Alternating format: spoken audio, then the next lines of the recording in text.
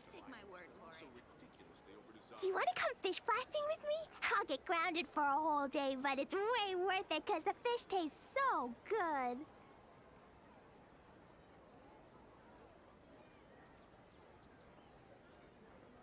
Interested in joining the Light Novel Society?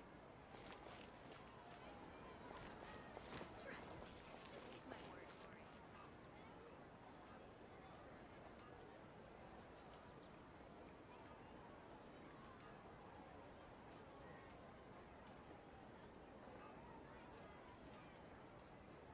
These parts are safe for sure. It's called being a freelancer. Old folks just don't get it. These bombs, so heavy.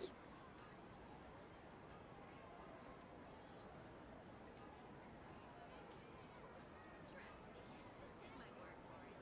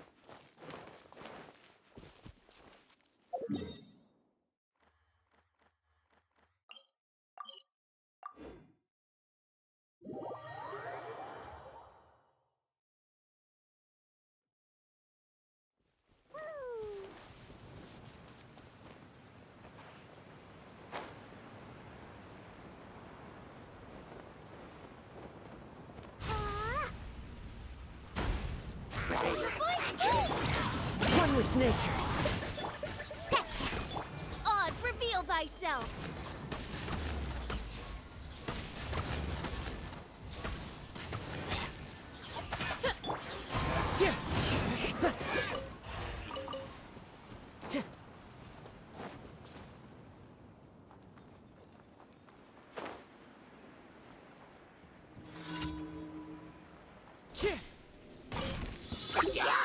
Think you can bully me? Here, now. As one with wind and cloud. The wind knows me.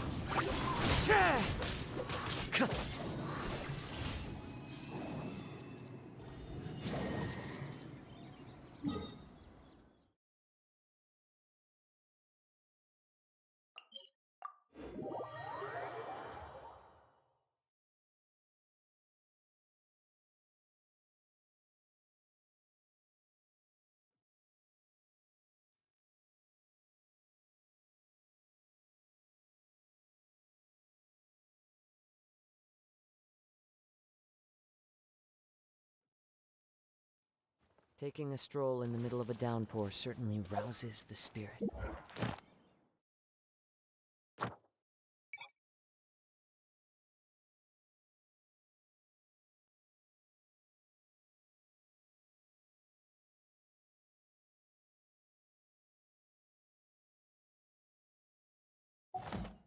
But it's best to dry your clothes as soon as possible after the rain stops.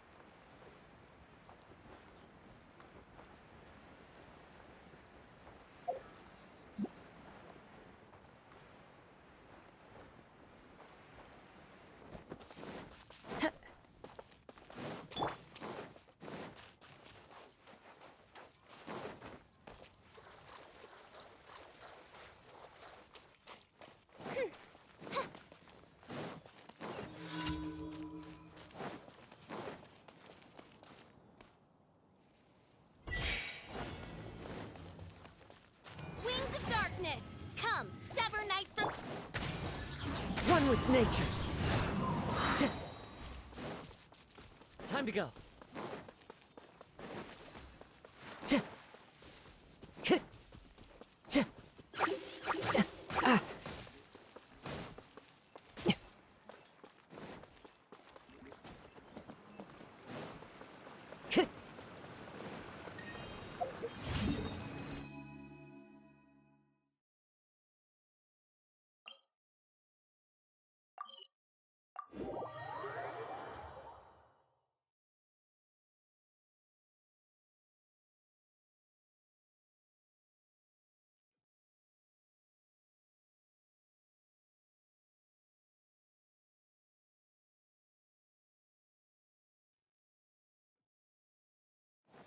Clear weather all around brightens the heart.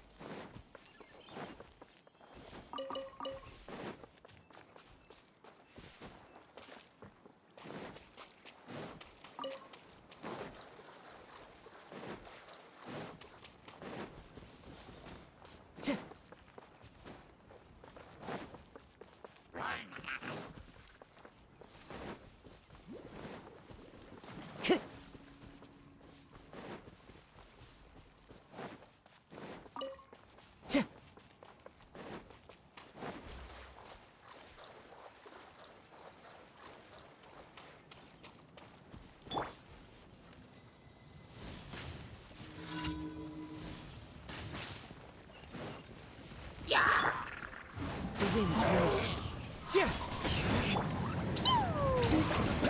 Jumpy Dumpty Go!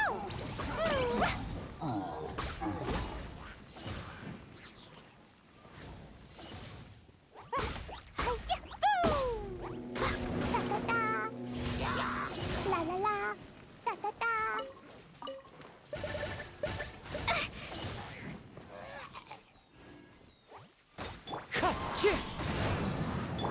Shake it and stick.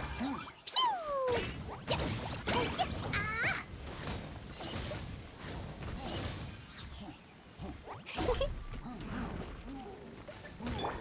Into the wind.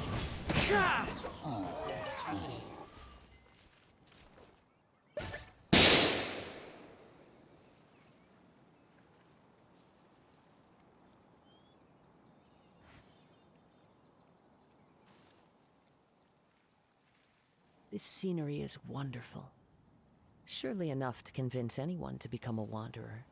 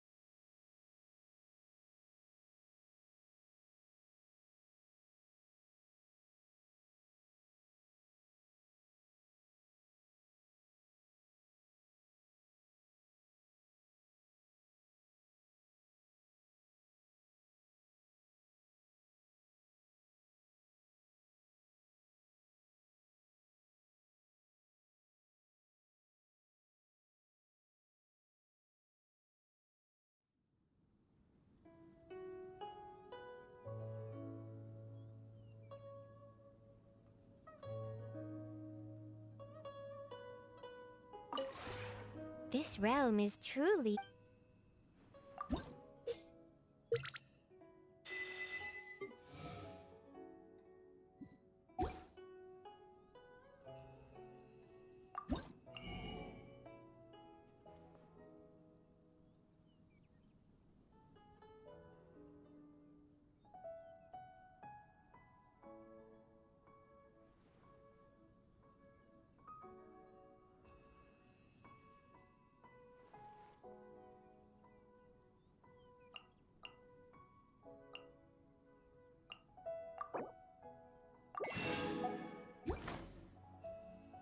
If you ever...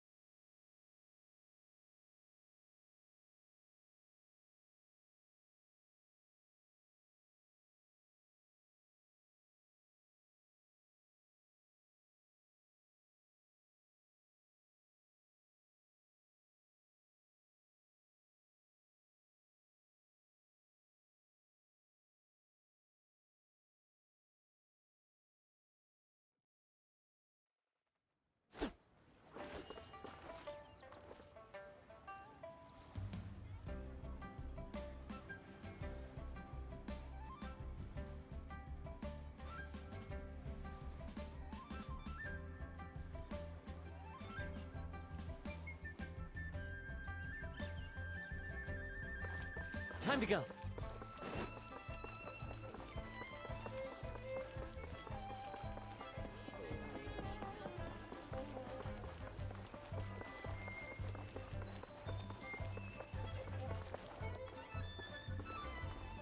Yeah.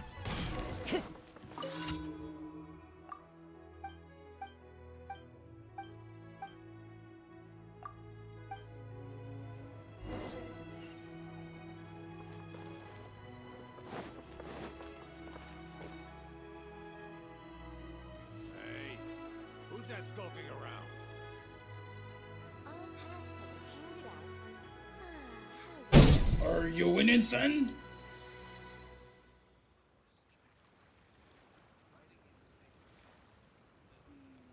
As I gaze out upon the sea, prose wells up inside of me.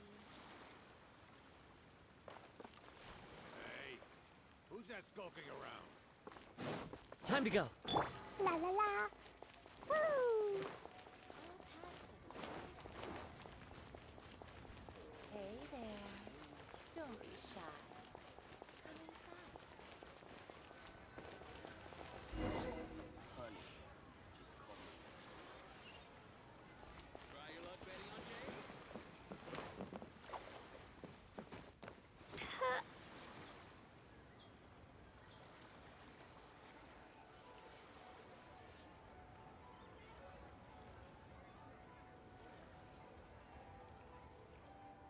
These bombs, so heavy.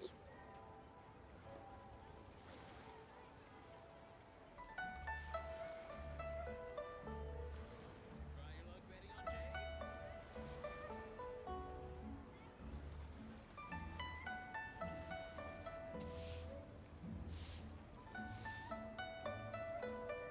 Clee was a brave girl today.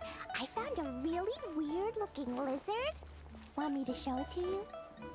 Da da da.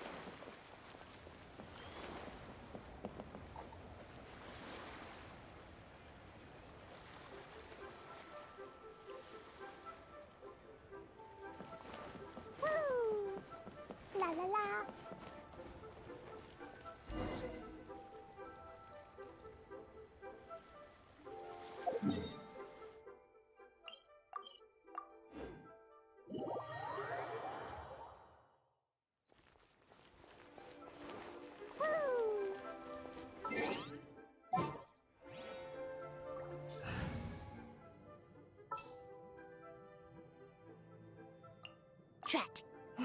You caught me.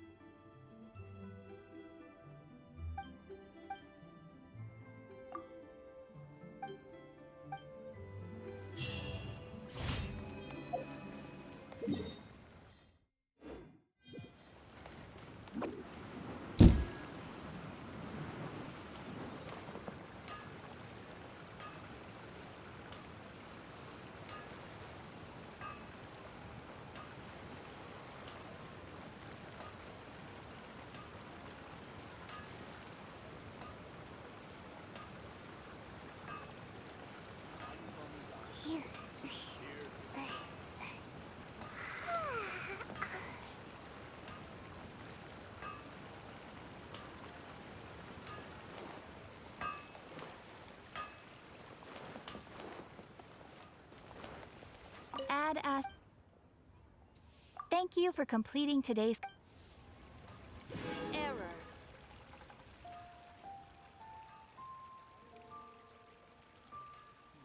Should I save this money or invest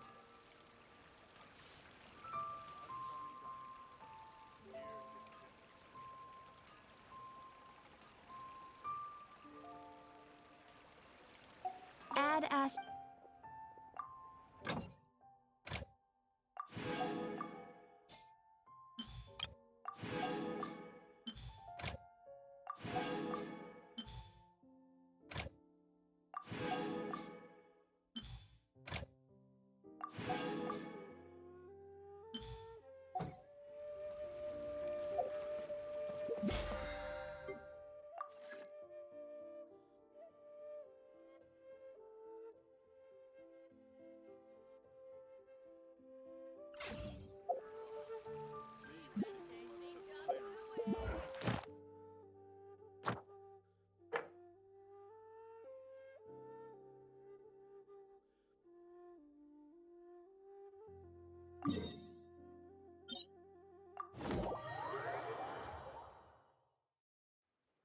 Make my escape.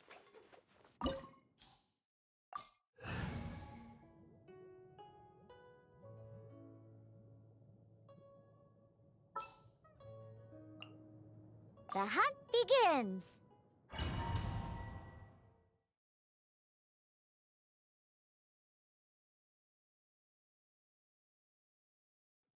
This opportunity is quite hard to come by. Well then, amuse me. Surrender is a valid option. I promise I'll be gentle. Midnight Phantasmagoria. Jumpy Dumpty Go!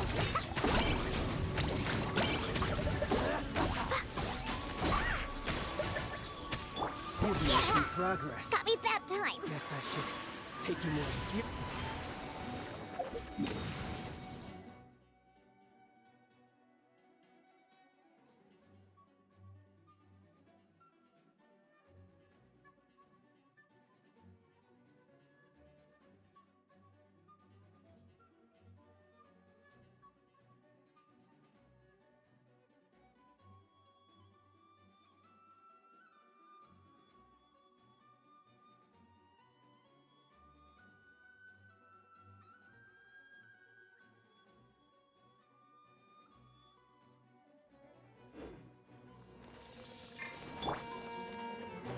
No use hiding back there!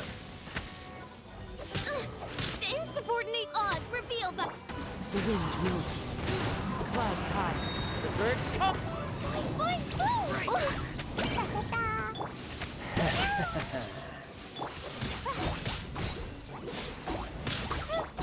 One with nature.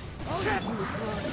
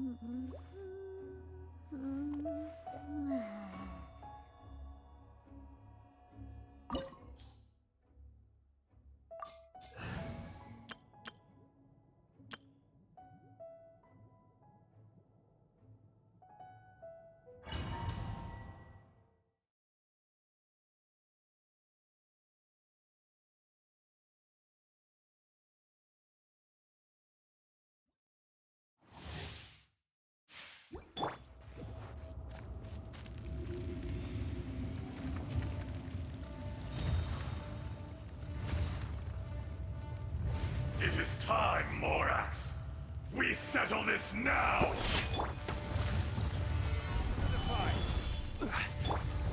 Rain Cutter! Rain outlines your fate.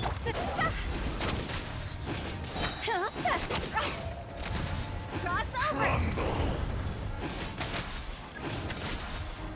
The enraged Earth will not absolve you!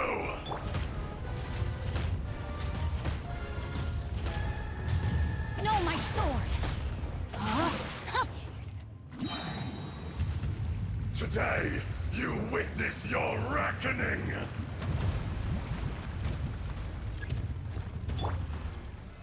Stabilize. This is order. Can't handle your drink. Witness the power of Gugwa! No, my sword!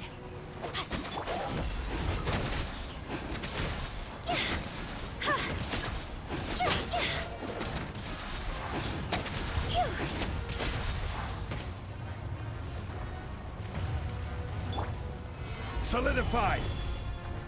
There is no atonement for 1,000-year pain!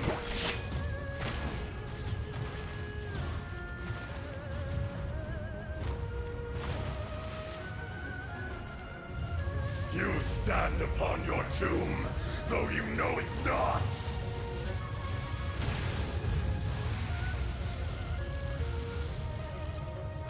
Come, experience an eon of suffering! Gather. Look at you! Rain Cutter! Rain outlines your... Higher, higher, hands on fire! Go! Solidify.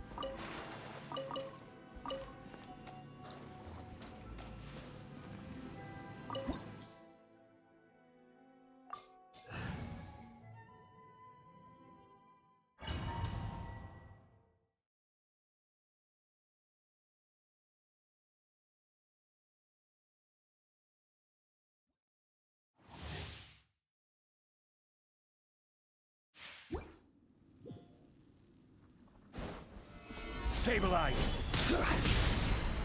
Think you can bully me? No, my sword! Let me leave it. Huh? Weak. Absurd! Go! Order guide you. Solidify. Can't handle your drink. Huh? Rain outlines your fate. The eye sweeps the lands.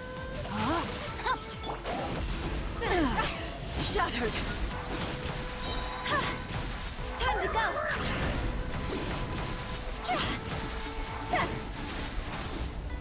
Lightning falls on the land of eternity. Gather.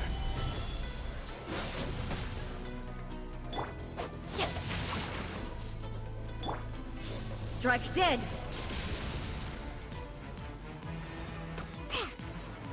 Lightning, obey me. This body is eternal. Inferior.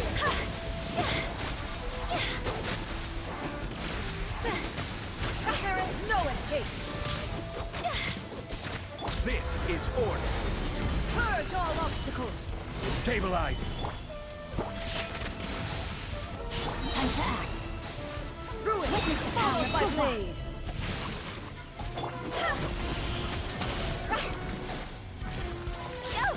Witness the final calamity.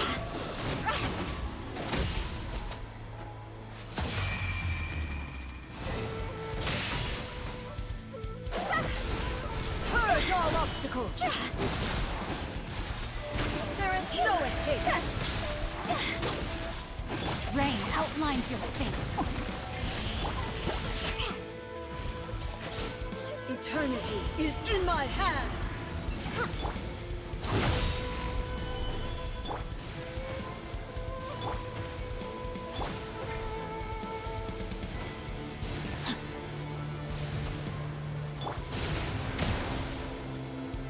Solidify.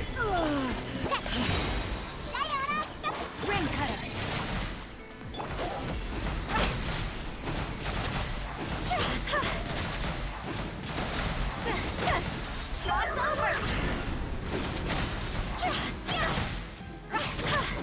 Order guide you. Stabilize. Lightning, obey me. No, my sword. Rain outlines your fate. This world Let me. is fleeting shadow. Weak. Absurd.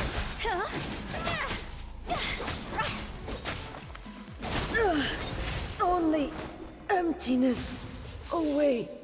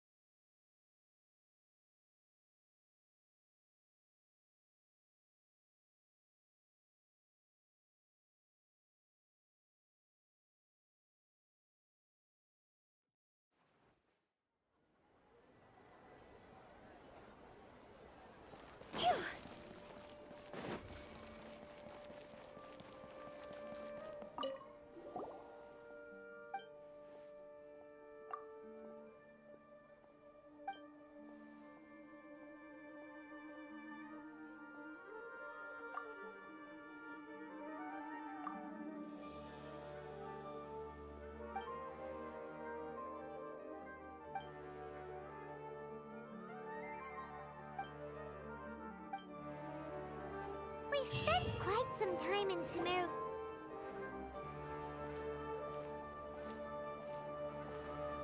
Ad Astra Abyssosque.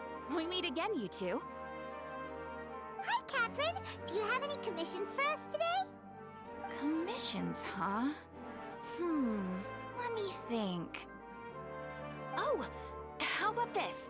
Please attend the Academia's Academic Symposium this afternoon and recite a love poem on stage. Wait, say what now? And if possible, please also use your camera to capture the reaction of the audience upon finishing the poem. Huh? What kind of commission is that? I see. It appears that you're not interested in this commission. In that case, please go to Port Armos and convince the Eremites there to spend some time volunteering at the local orphanage. Hey, that's not any better. I'm sure the mercenaries will have some interesting reactions as well. Paimon's gotta ask. Just who exactly has been submitting these commissions to the Adventurers Guild? Oh, the commissioner? Well, actually, I just wanted to see the two of you in action.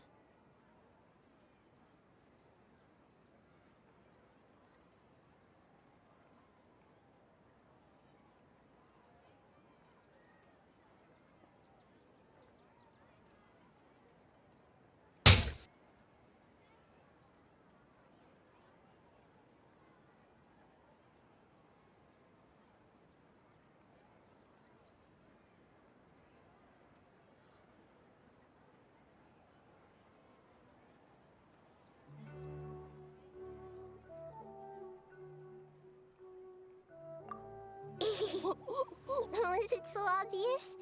I was hoping you would actually take one of those commissions. That kind of chance to observe humans doesn't come by often. Ah, so it's Nahida. Paimon just knew Catherine wouldn't crack those kinds of jokes. When did you get into her head? From when she said, Ad Astra Abyssosque?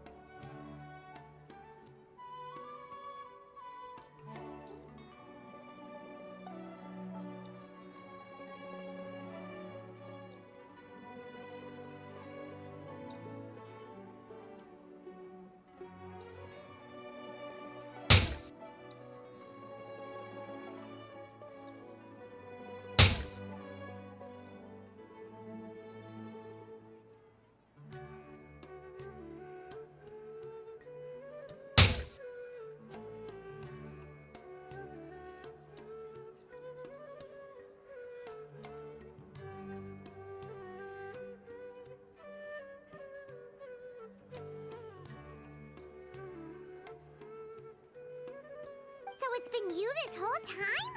Are you done resting up, Nahida? Yes. I've been sleeping ever since we parted ways, and I even had a really, really long dream.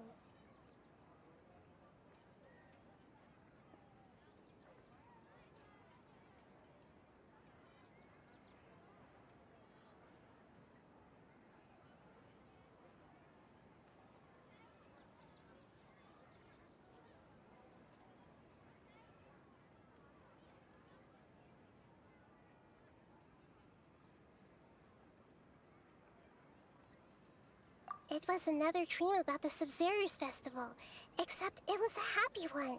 In my dream, I was sitting in the middle of a flower terrace, and everyone in Sumeru City was holding hands as they danced in circles around me. They danced round and round, and everyone looked really happy. I also got to sit on a gigantic flower carriage. Ferris, the Knight of Flowers, raised me really, really high above the ground. and I was throwing an endless amount of Yalda candies at the children. You know, Nahida, maybe your dream is how the Sub-Zero's festival really should be. It's meant to be a joyous time where everyone gets together to celebrate your birthday.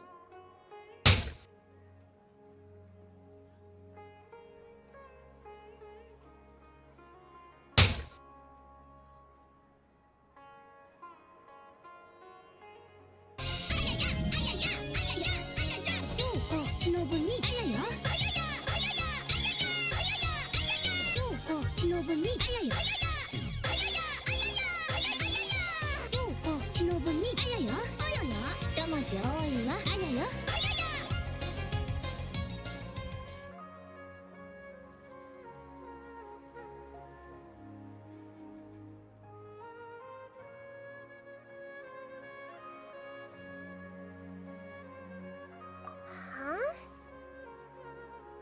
Wasn't I describing a really happy dream? Why are you both looking at me like that? Wait, could this be an example of the emotion known as pity? No, we aren't pitying you. That would only make everything worse. We just don't want you to feel too sad.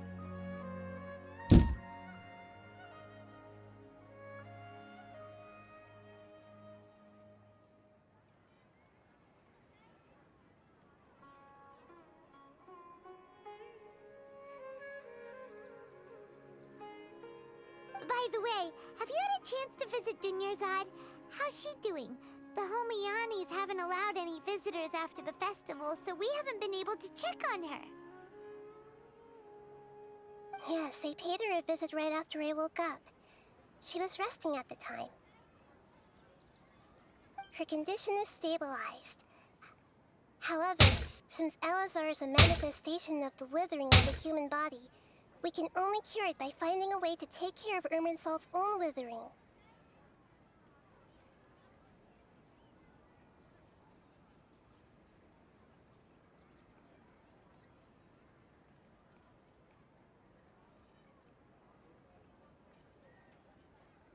But for the moment, our top focus should still be figuring out what the sages are up to and what they're planning. Right. Who knows what'll happen if they manage to pull off another scheme like the Samsara of the Sub-Zero's festival? So our first priority should be investigating and putting a stop to the sages' activities. As for how we should pull that off, let's discuss it somewhere else. There are too many adventurers around here.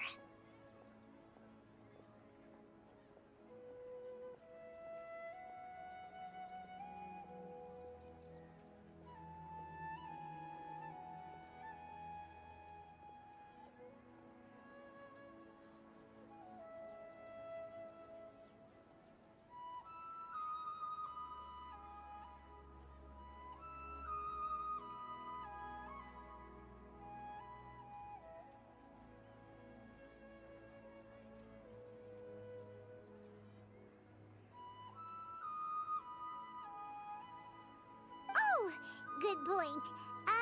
Sorry, adventurers. We're gonna be borrowing Catherine for a little while.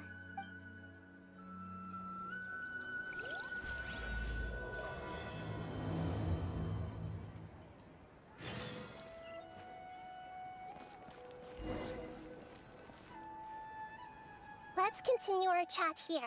Okay, so do you have any ideas on how we can investigate the sages, Nahida? Actually, I've already done a little bit of work on that. But for now, I want to hear your thoughts.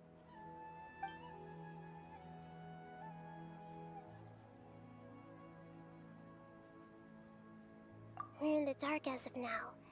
Since we still don't know anything about their goals, any rash move could tip them off and lead to terrible consequences. After all, every person in Sumeru City is one of their hostages.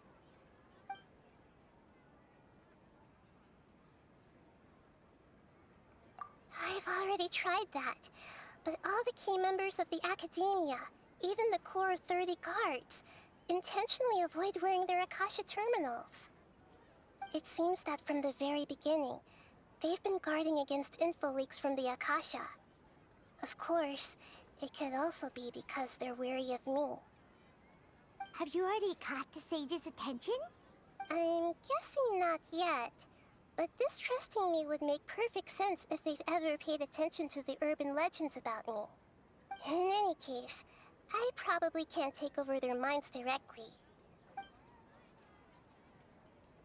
No way, that's too risky. You mean it'd be too easy to get caught? No, it's not that. We shouldn't involve innocent students in this. A single mistake could completely ruin their lives. Doing that would be ignoring the safety of my people for my own selfish goals.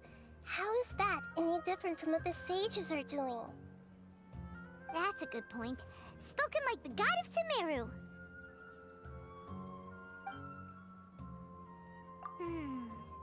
Are we really out of ideas? Nahida, you're super smart, so you already have something in mind, right? Don't keep us in suspense. Spill the beans already. According to a popular theory from the Vahumana Darshan of the Academia, rejecting impractical motions at the beginning of a planning session will give more weight to the actual proposal.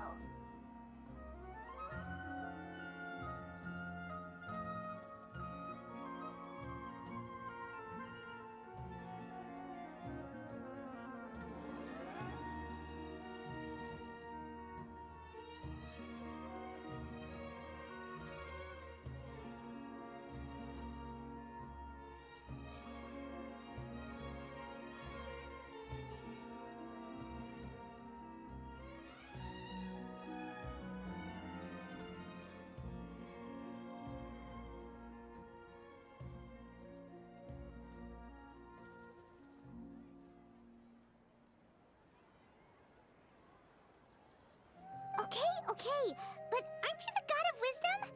You don't have to use that kind of gimmick to make us take your ideas seriously. Well, I've been thinking that if I can't directly possess the leaders, and if I can't get ordinary people involved, then I should find someone who's already involved, but hasn't decided to side with the sages. You're saying we should recruit a spy? That does sound like it could work. Oh, before coming back, we met someone named Alhaitham. He seems like he acts alone, and he likes doing stuff behind the Academia's back. They probably aren't in cahoots. Actually, I already have someone in mind. Do you still remember that female scholar named Setaria? Setaria. Paimon remembers now. Isn't she the one who's always trailing behind the Grand Sage of the Academia? We ran into her basically every time the Sub-Zero's festival repeated itself. You could even say we're old enemies by now. Paimon still remembers the smug and mean way she always spoke to Nilou. I've always liked observing all kinds of people, and Setaria has always stood out from the crowd. She was born in the desert and was hailed as their greatest genius. Her academic gifts allowed her special admission into the Academia, and also gave her the opportunity to serve as the sage's assistant.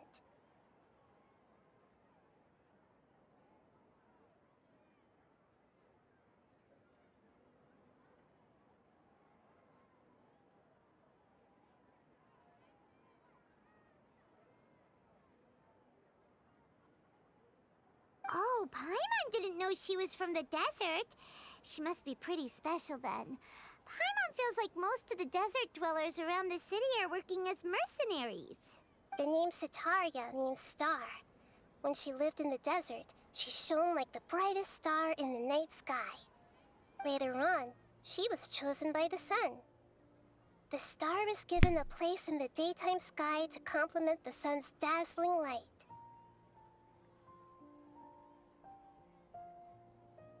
Soon after, the star witnessed the sun scorching the earth, which brought forth many disasters. The star began to waver. Instead of staying beside such a sun, wouldn't it be better to return and light up part of the night sky?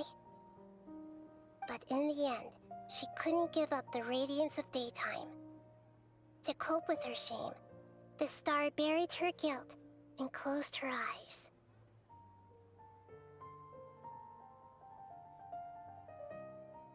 From the sound of it, Sataria's just hung up on the research opportunities here. But she doesn't really support the academia. She still feels guilty about not doing more for the desert, right? She's just running away from her problems. Indeed.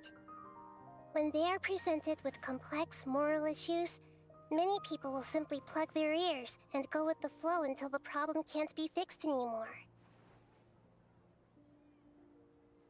She's suppressing a lot of guilt, but before she realized it, she had already become the sage's accomplice. She can't deny her part in their schemes anymore. Right. We must somehow make her face her problems again. That way, not only can we get useful intel from her, but she can also use it as an opportunity to redeem herself. From my past observations, Sataria will take a day off from the academia every 10 days to do some shopping in the city. Tomorrow afternoon just happens to be a shopping day for her. That'll be our chance. To prepare, let's go check out some of her favorite spots, and have a quick chat with a few of the vendors there.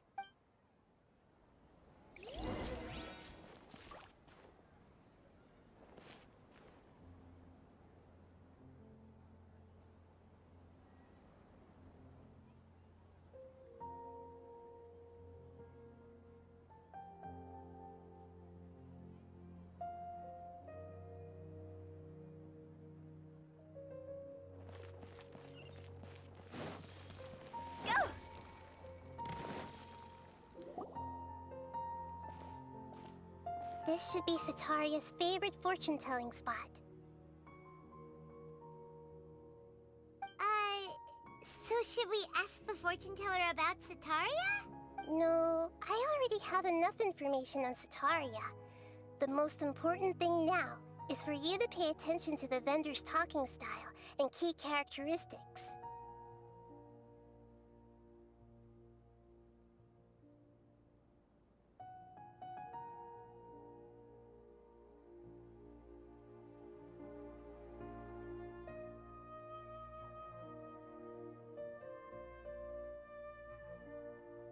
Talking style and key characteristics?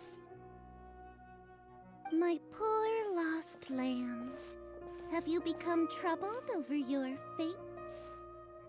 The divine voice of wisdom often echoes between mine ears. If thou be blessed today by the gods, I may be able to show you the way. Huh? Really? Nahida, you've been whispering things to her?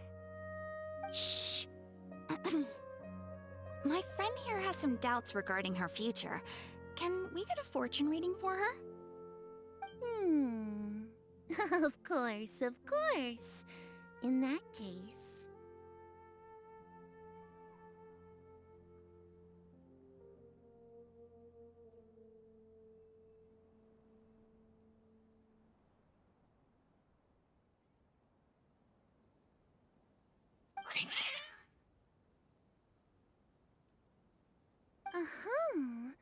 It would seem that Harut and Marut are quite wary of you. Perhaps, at some time in the past, you have somehow offended the gods. Only mocking the god of Animo, questioning the lord of Geo's financial savviness, and brawling with the god of Electro. Do those count? Oh, nothing. Go on, pick an aspect for her to divine. Health prospects. No problem at all.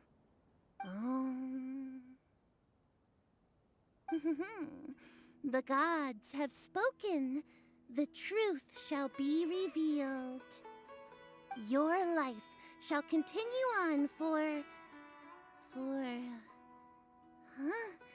many tens of thousands of years? Impossible. Harut, Marut, did you two spoil my divination? I've never read a fortune so absurd. Actually, Paimon thinks this is probably the most accurate fortune-telling you've ever done. I admit that the orientation of today's celestial matrix is suboptimal. As such, there will be no charge. Is that so? Well, that can't be helped. If you were to bring some food offerings for Heart and Mart on your next visit, perhaps they could help you reverse the wheels of fate.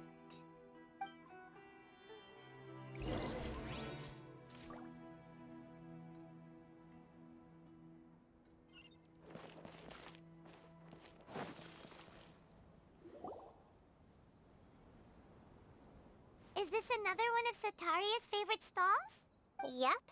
It belongs to a king. His father helped Sataria a lot when she first moved to Sumeru City, so she still comes by whenever she has time. When I start talking with him, listen carefully to the details of our conversation. Ah, dear customers. Would you like to look at some pottery? We caught wind of your great craftsmanship, so we specifically came to take a look.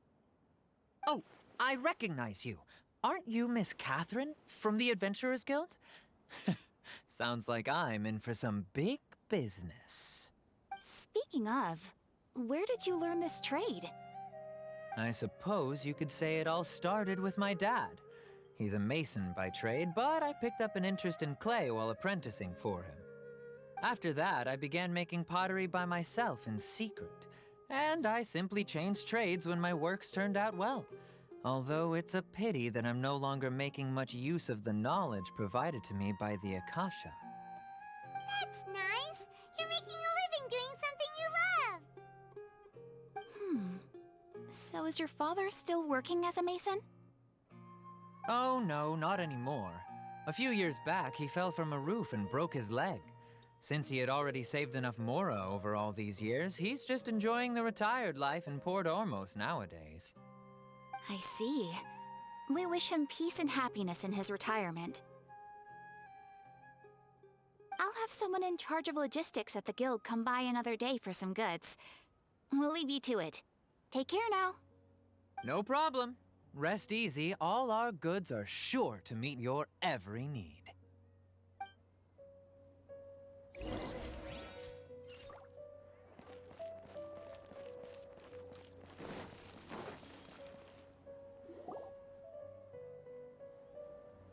This should be our final stop. Sataria's always thinking of this restaurant when she's working at the academia, so she always comes by whenever she's out in the city. Nahida, you've really thought of everything. It's my duty to protect Sumeru's citizens, after all. Hi there. I feel like I've seen you down by the docks before. Huh? Sorry, I don't quite remember. If I recall, you were having a discussion with someone about shipbuilding at the time. Ah, that's right! I've always been really interested in feats of marine engineering.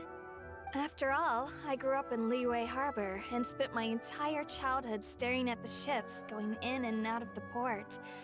I came to Sumeru to study, but failed to make it into the academia due to my lack of talent.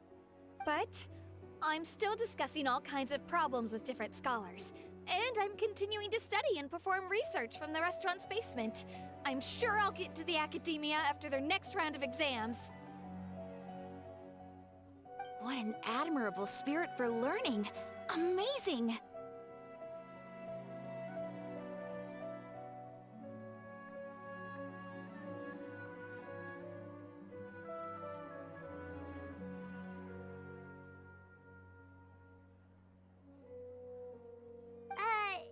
Sure, but you'll find hardworking people wherever you go. So this restaurant has a basement as well? Huh. First I've heard of it. That's right. It's not usually open to patrons. Most of the time, employees use it for breaks or to hold private events. I see. Guess that makes sense. Well, good luck with your studies, Miss Chishan. Thank you so much.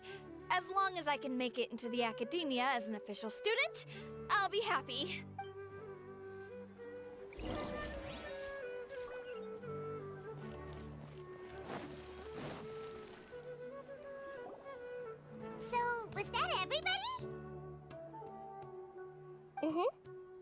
familiar faces should be enough for Sataria. What's the point of all the information we've collected? Nahida, you still haven't told us how you're planning to make Sataria face her problems. Sataria is already used to avoiding her problems, so we must find a way to break through her usual sensibilities.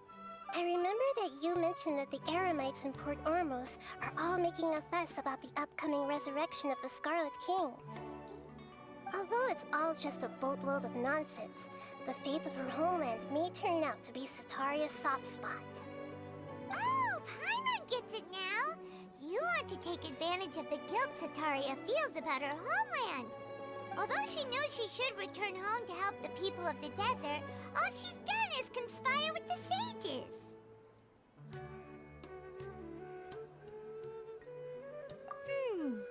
So how do we set that up?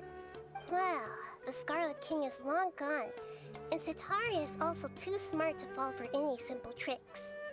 If we simply engaged her under the guise of the Scarlet King's believers, she would definitely be wary of us, and we may not get anywhere. But if we were to borrow some of her close acquaintances to talk with her, her reaction would probably be very different. So, you mean you're going to possess those people we just talked to? Yep. Possess them through the Akasha. Imply that they've already converted to the faith of the Scarlet King, and then convey our made-up will of the Scarlet King. As long as everything goes smoothly, we'll get through to Sataria for sure. She'll never guess that we had anything to do with it. So that's how you're going to use all the info we collected on these people. It's so that you won't slip up and break form. Possessing them will only work if you can manage to pass off as them. Exactly. So, best of luck with impersonating them. Huh? Best of luck? But we don't know how to possess anyone. That's no problem at all. I'll just share all their senses with you once I've possessed them. As long as you're also wearing an Akasha terminal, the effect will basically be as if you've possessed them yourself. Huh. That is pretty convenient. But why does she have to do this? Can't you do it yourself? Although I've been observing humans for a while, I've never been good at imitating them.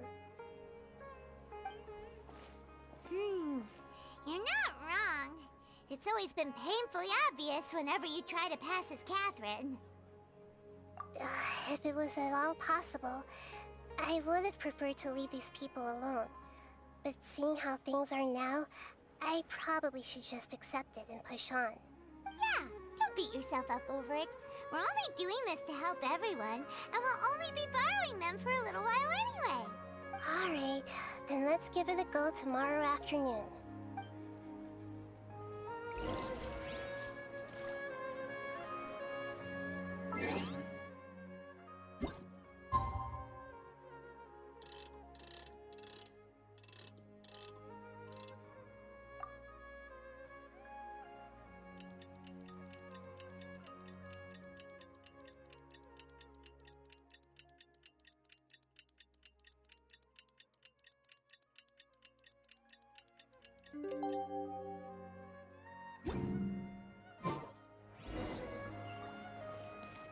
Huh?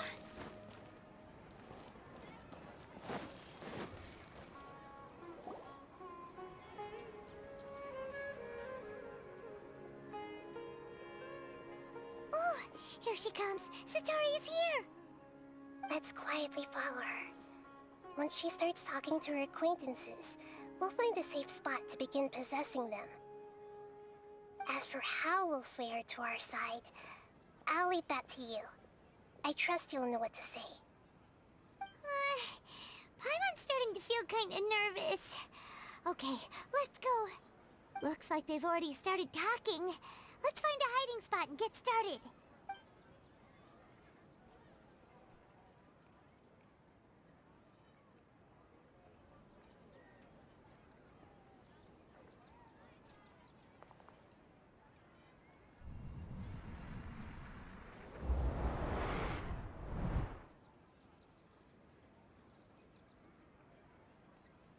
That's right. You really can't force anything when it comes to love.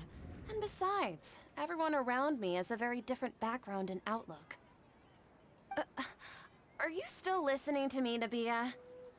Oh, of course I'm listening. You were talking about troubles with your love life, right? I heard everything you said. Okay then. You just seemed a little distracted for a moment there. Strange. Your cats seem pretty worked up. Is something wrong? I always thought they were quiet, happy kitties. Oh, what are their names again?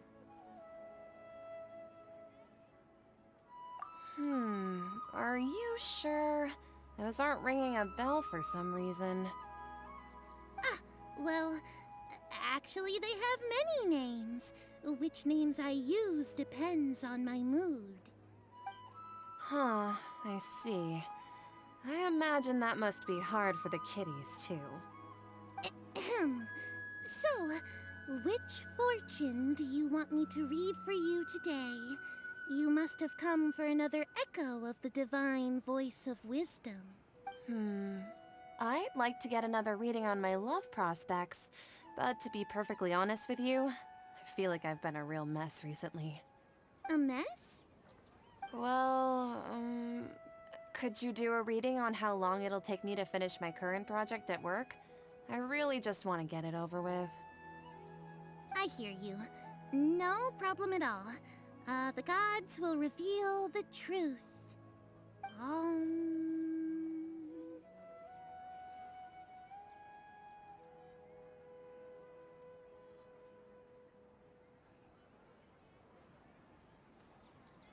The gods are asking, Setaria, why haven't you gone home?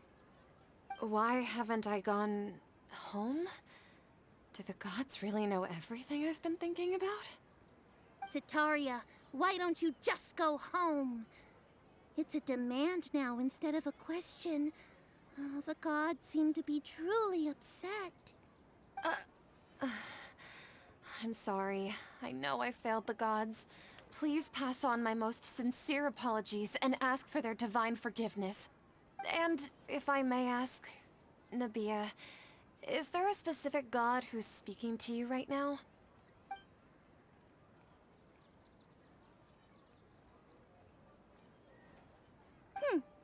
What an inconsiderate and naive question. The god who is speaking to me is, of course, the wisest and mightiest of all, the Scarlet King. The Scarlet King? No wonder he would make such a demand of me. Oh, wait a second. The Scarlet King passed away a long time ago. Even though news of the Scarlet King's resurrection has been spreading like wildfire, it's all just a misinformation campaign from the academia. How can the Scarlet King still exist in real life? What insolence! I am the Scarlet King's most loyal believer. Do you wish to refute his voice of wisdom? Oh, no. As a child of the desert, I am only reveling in his power upon learning that his divine glory has touched even this city.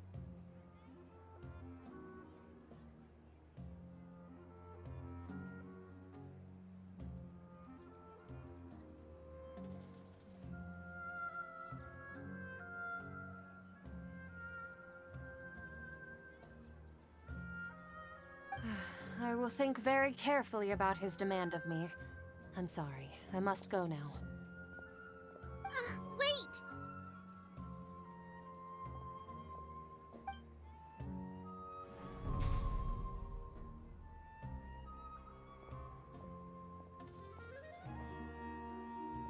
Whoa! She just ran off in a hurry. She looked pretty upset, too. Well done.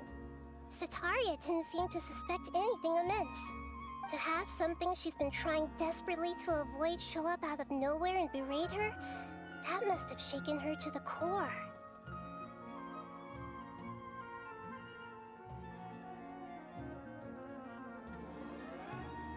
Aw, Nahida, it seems like you understand human emotions really well after all. All I know are some abstract Haravatot theories. And in any case, My time with you has shown a lot of them to be utterly useless. I'm still trying to make sense of everything. Anyway, enough of that. Let's hurry and catch up to Sataria.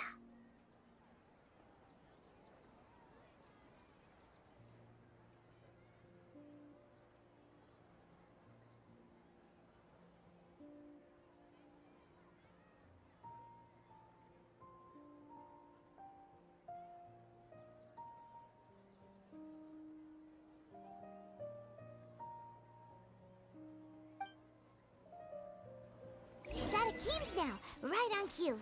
Let's get ready to possess him right away.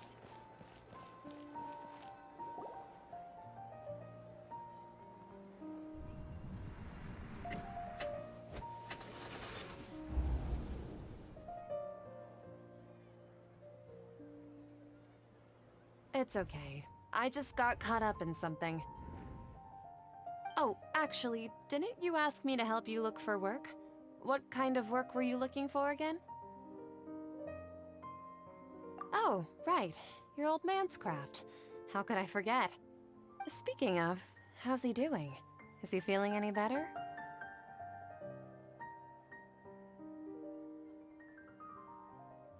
Oh, that's good to hear. I've been thinking a lot about him. If I could get some more time off, I'd love to pay him a visit. Actually, while we're talking about him, is he still living in Port Ormos? Yeah, he's been retired there for a while. If you could find the time, please write him a letter. Please pass on that recently, faith in the Scarlet King has taken root in Port Ormos and has begun to spread across Sumeru. He has a quick temper and has always been a devout follower of the Dendro Archon. I don't want him to get into a fight with those Scarlet King believers because of a difference in beliefs. Oh? So, who are you siding with in all of this? The Academia or the Scarlet King? I'm so jealous of you. You were born a child of the desert.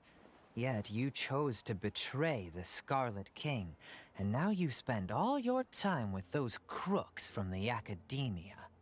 Akeem, you don't mean you've also become a believer of the Scarlet King? What's so strange about becoming a believer of the wise Scarlet King? In fact, aren't you the strange one? The one who still can't pick a side? Can't pick a side? Me? Whoa! Paimon had no idea you'd be so good at this.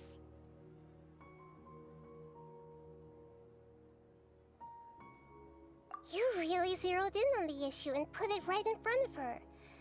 It might feel a bit overwhelming for Sataria. But once everything is over, I'll be sure to pay her a visit to her mind and explain everything.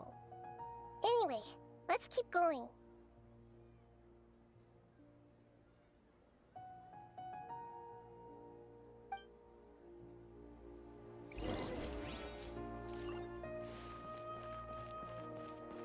Come on! Sataria's already started.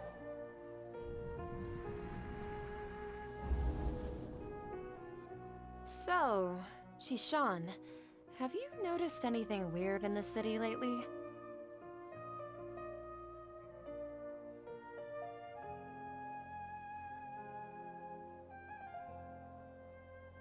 Like, as if someone was trying to preach to you about something?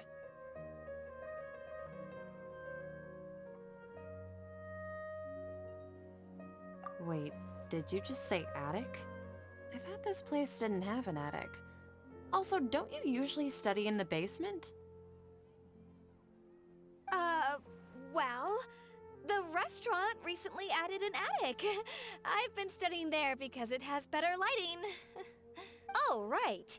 Speaking of strange things, I celebrated the Sub-Zerus festival so many times that I lost count. That was really weird. Wait, how could you be aware of that? That should be impossible. Nothing in the report indicated anything like that.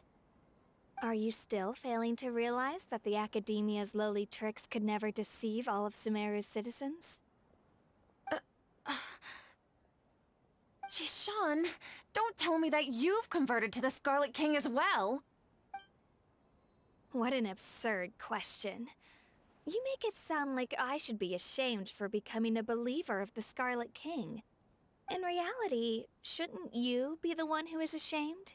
You, who works side by side with the academia and treated people as nothing more than experimental subjects?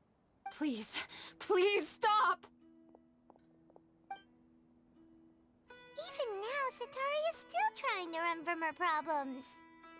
She can no longer justify everything to herself. Hey, she's trying to talk to the guards! What should we do? This is the most important part of all. Quick, get ready. Mercenary, you're a member of the Corps of 30, correct? Please help me pass a message to the Matcha right away. The situation in the city is getting out of control. Please, try to remain calm, miss. Tell me what's happening in the city. Heretics are infiltrating the city, and they've already converted many residents to their side. Heretics? What kind of heresy are you talking about? The Scarlet King! Many people I know have suddenly started believing in him, but he's long dead. It's impossible. Miss Sataria, nothing is impossible. You know my name? The Scarlet King is immortal, and all who defy him will one day pay the price. You must face the truth, Sataria. You tread a treacherous path, and the longer you ignore it, the tighter the Academia's grasp on you will become, and the deeper you will be ensnared. Child of the Scarlet King, never forget that the desert that belongs to you lies elsewhere. What's so strange about becoming a believer of the wise Scarlet King? In fact, aren't you the strange one? The one who still can't pick a side? What an absurd question. You make it sound like I should be ashamed for becoming a believer of the Scarlet King. Sataria, why haven't you gone home?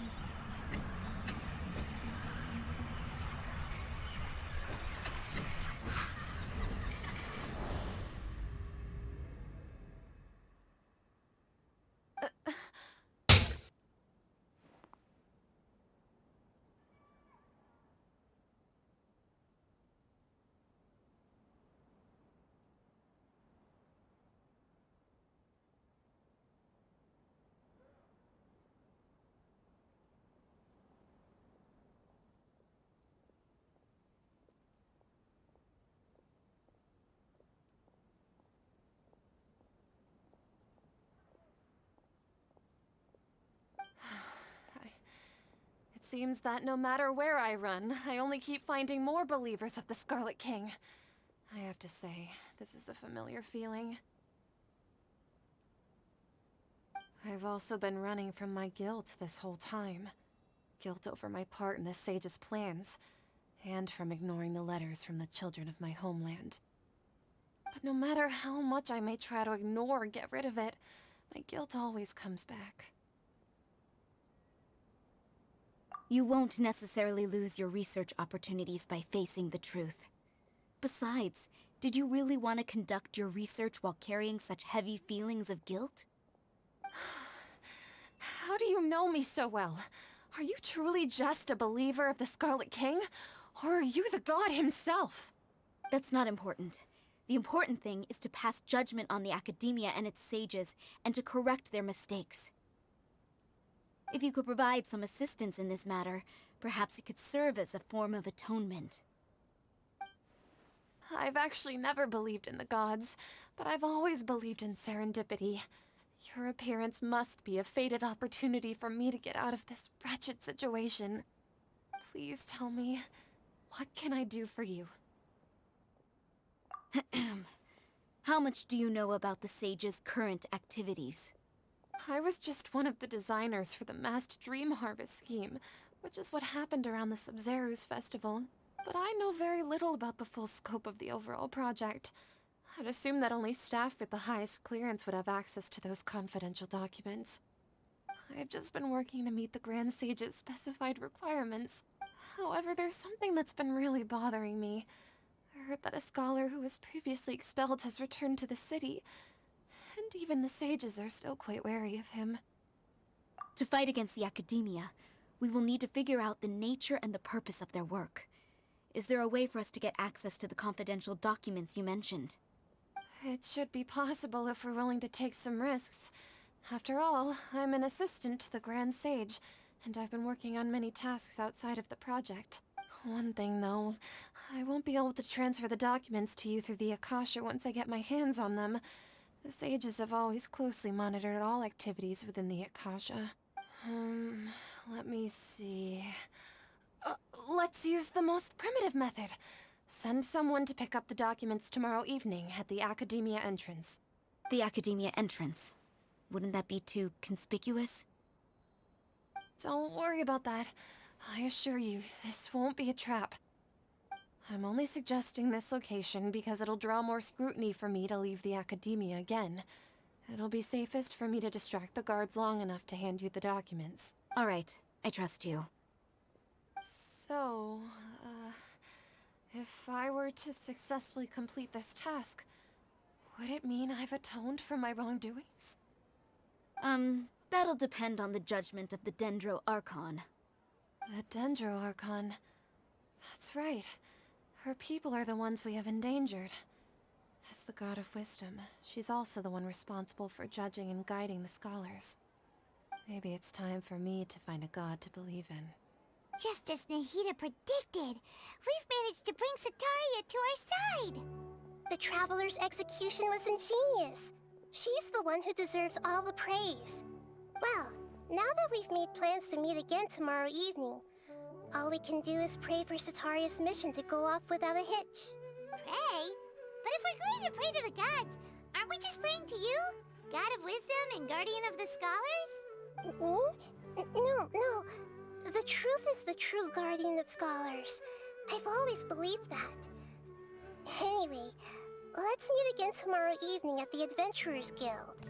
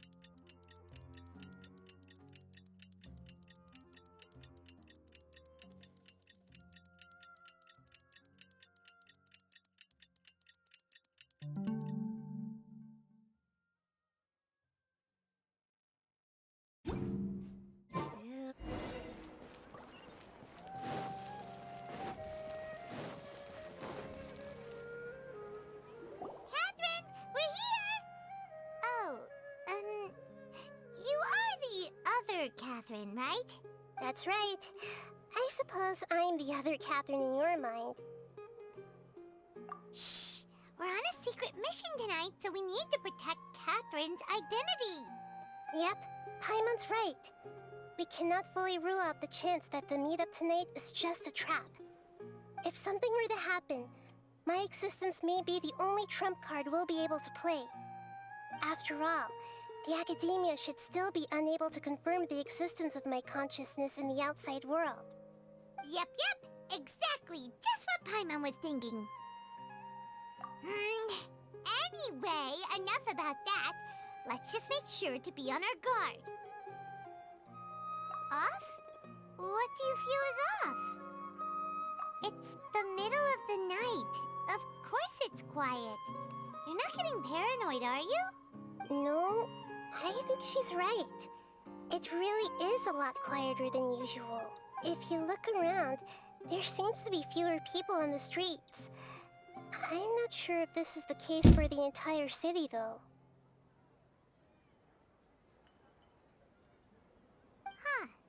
Maybe it's just a coincidence.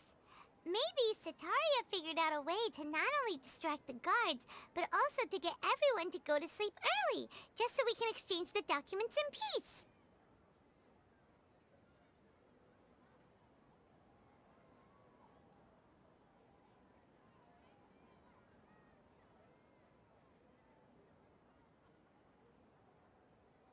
I also can't quite figure out why things feel a little off.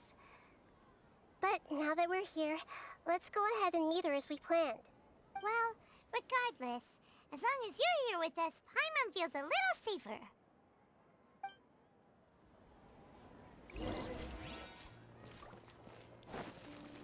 Huh. There really aren't many people out right now. Let's hope it'll be this quiet in front of the academia, and that Sataria managed to distract all the guards.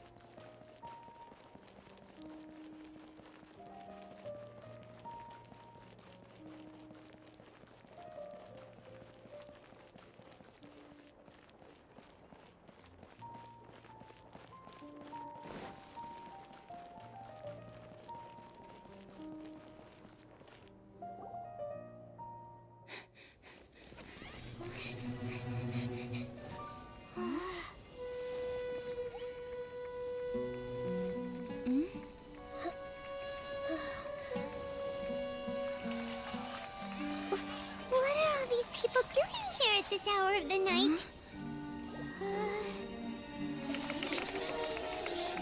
Ah, the triumphant hero returns at last. And to a rather spectacular welcome, even if I do say so myself. You're the outcast, expelled from the academia. Indeed I am. Although these days they tend to call me the Doctor.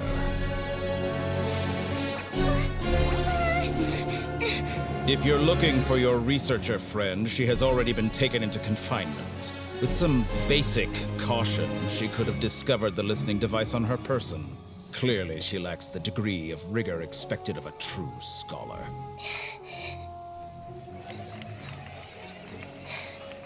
The people of Sumeru City. What have you done to them?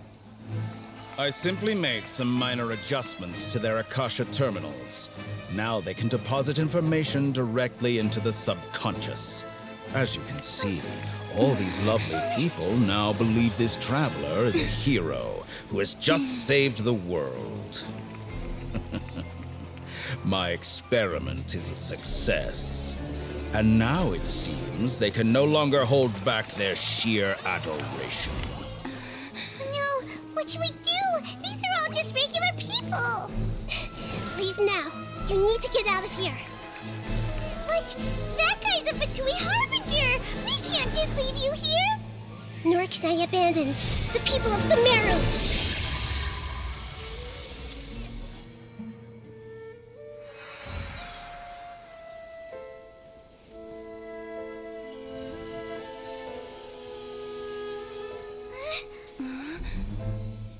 Don't worry.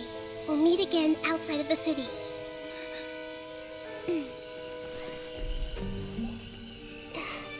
I see. You appear to have overridden their mental faculties with your own consciousness. To possess such a powerful mind, you must be the god of wisdom.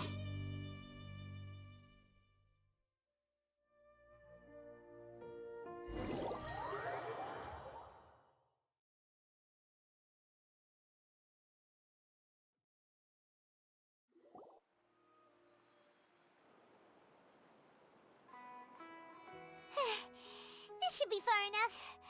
Whew. Paimon needs to catch her breath first.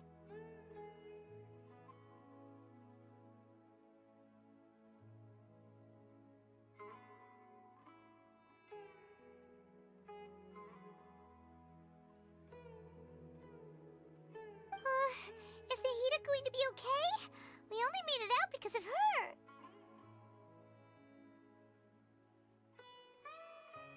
Paimon wasn't counting on running into a new Harbinger here, let alone such a high-ranking one. That guy was number 2. So scary. He called himself the Doctor. Remember, Tainari told us about him. Sataria did say that someone who once got expelled from the academia came back recently. And that even the sages are wary of him. Yep. Sounds like she must have been talking about the Doctor. Yeah. Now that the doctor's in the picture, we're no longer just dealing with the academia. They're in cahoots with the Fatui. But what are the Fatui after this time? Another Gnosis? Yeah, things would be a lot easier with Nahida's help. Nahida said we'll meet again outside of the city. But we can't just keep waiting around, right? You mean... Oh, right! Wasn't he invited by the sages to work on some project when we were staying with him in the Vidia forest? That has to be the same project. Even though he turned it down at the time, he might still know something. There's no time to lose. Let's go to Gandharvaville.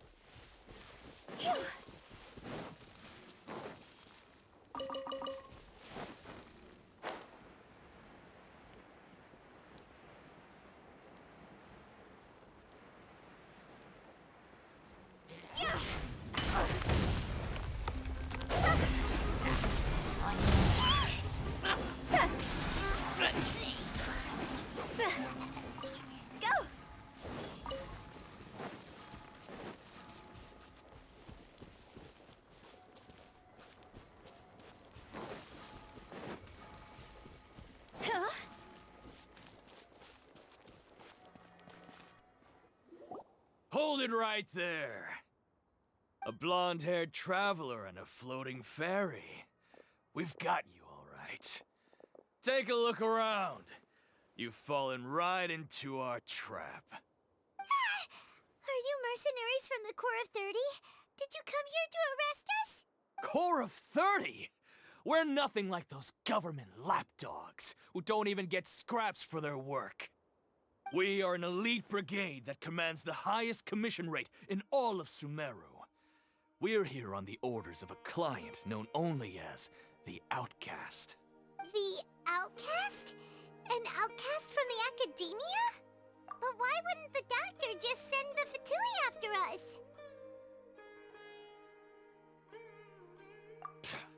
Still wasting time on idle chit-chat. We'll shut you up soon enough.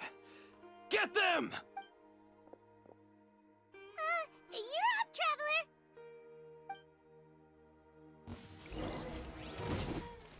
Shake it and stir! Higher, higher, hands on fire!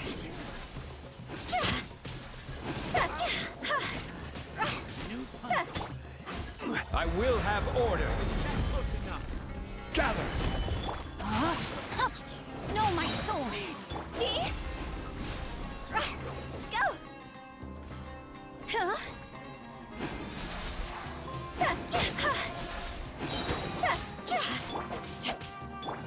Think you can fly? It isn't over yet! Here comes reinforcements!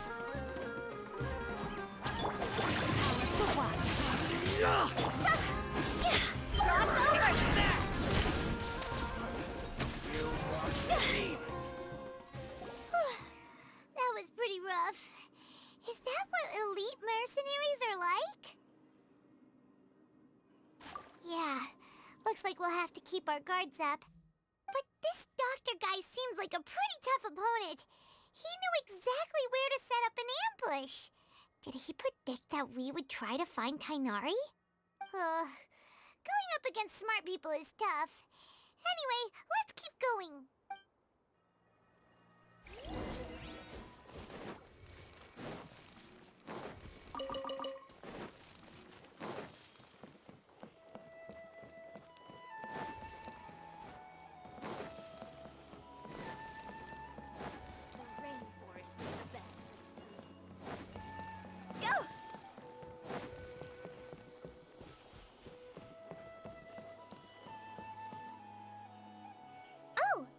Traveler and Paimon.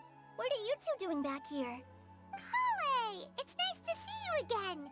Are you doing all right? To be honest, I'm not doing too well.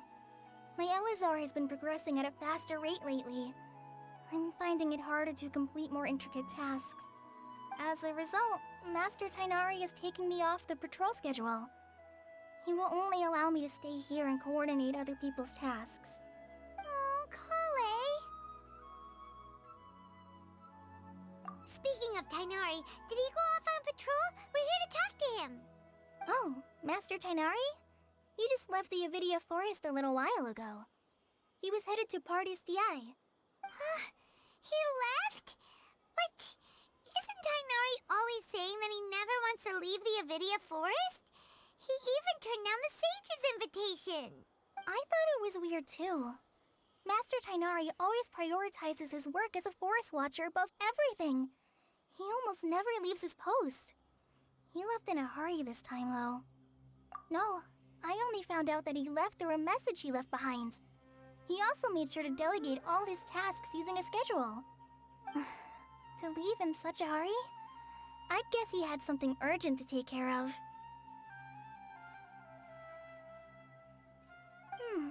Master Tainari originally studied in the Amorta Darshan of the Academia, and Partis DI is something like the Amorta's research base. Many rare shrubs and grasses have been planted there for research. I know that before he became a forest watcher, Master Tainari once spent a long time conducting research at Partis DI. A research base, huh? Gotta wonder what kind of research Tainari just decided to work on all of a sudden. Oh, we don't have a lot of time, so let's go look for him at Party's DI.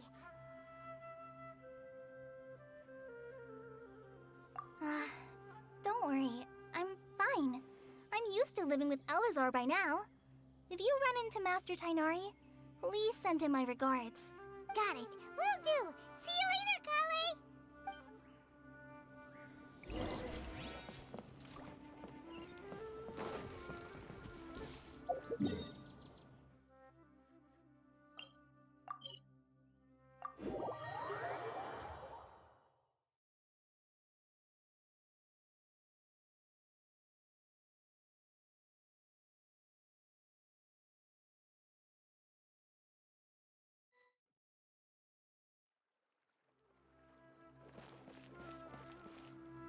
Wait!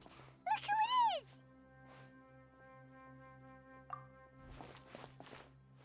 Thank goodness you're okay.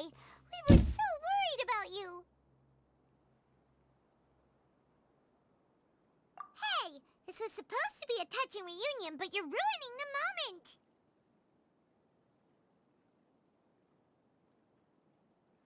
Says look, it's a cutie in the box.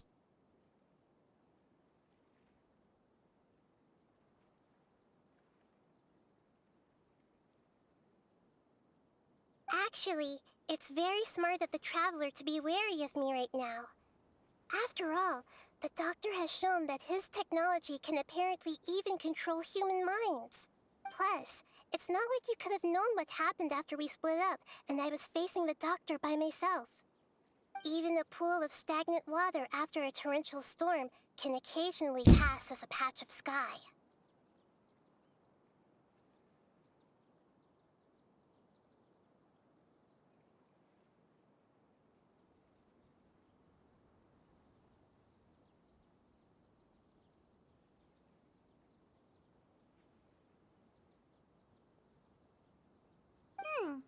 Paimon feels like only the real Nahida could come up with such an obscure analogy.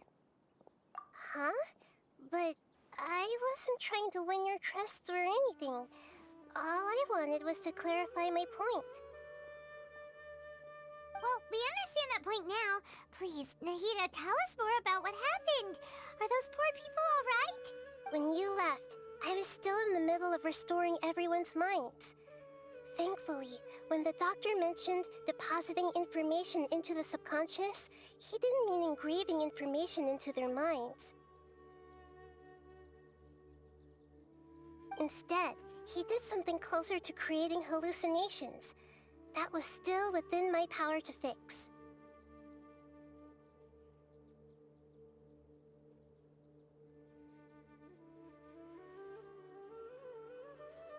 Luckily, I managed to finish my restorations and mind jump away from him just as he was about to capture me. What a relief. The doctor sure pulled out some hidden cards, but good thing we had Nahida with us. I wouldn't be relieved just yet. I gave away my true identity when I restored everyone's minds, which means we've lost another one of our trump cards. Also, the doctor is already an expert at modifying Akasha terminals. Maybe it's only a matter of time until he captures my consciousness inside the Akasha. Would that mean you'd no longer be able to jump between minds? Then how do we stop him? He's still at the Academia, so it's possible he already started messing with the Akasha. Ugh, it feels like he's toying with us. What a nasty piece of work. Plus, the doctor's combat ability alone is apparently enough to make him worthy of being number 2 of the Fatui. We shouldn't give up hope just yet. Let's try to find another way to attack this problem. Actually, Nahida, how did you know we were trying to get to Party's DI? Have you been waiting for us? Yes, I have. I can see the Traveler's elemental energy, so I deduced your destination by looking at the direction you were moving in. You didn't come here for sightseeing, right? Did you find any leads? We're looking for a scholar we know. His name is Tainari, and the sages once tried to reach out to him. Why don't you come inside with us and see what we can find? Okay, let's just hope we won't get him into trouble.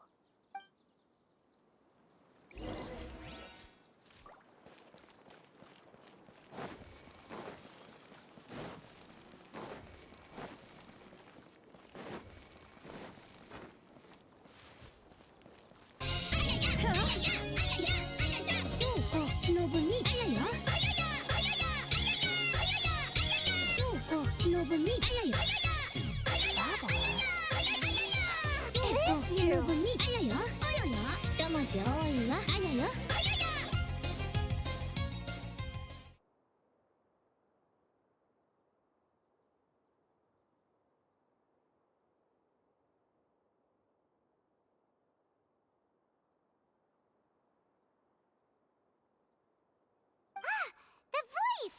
It's Hypatia! Ah, what a pleasant surprise! It's so nice to see the two of you again.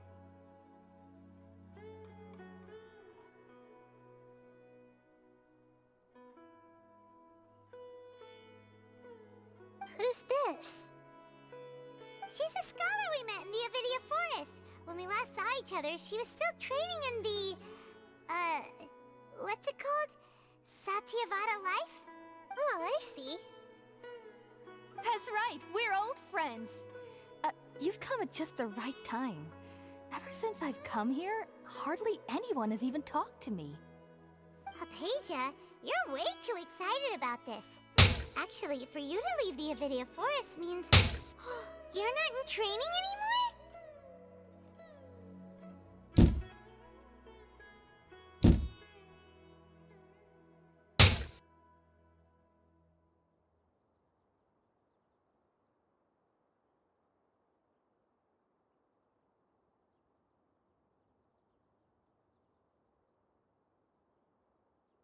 Wait, no.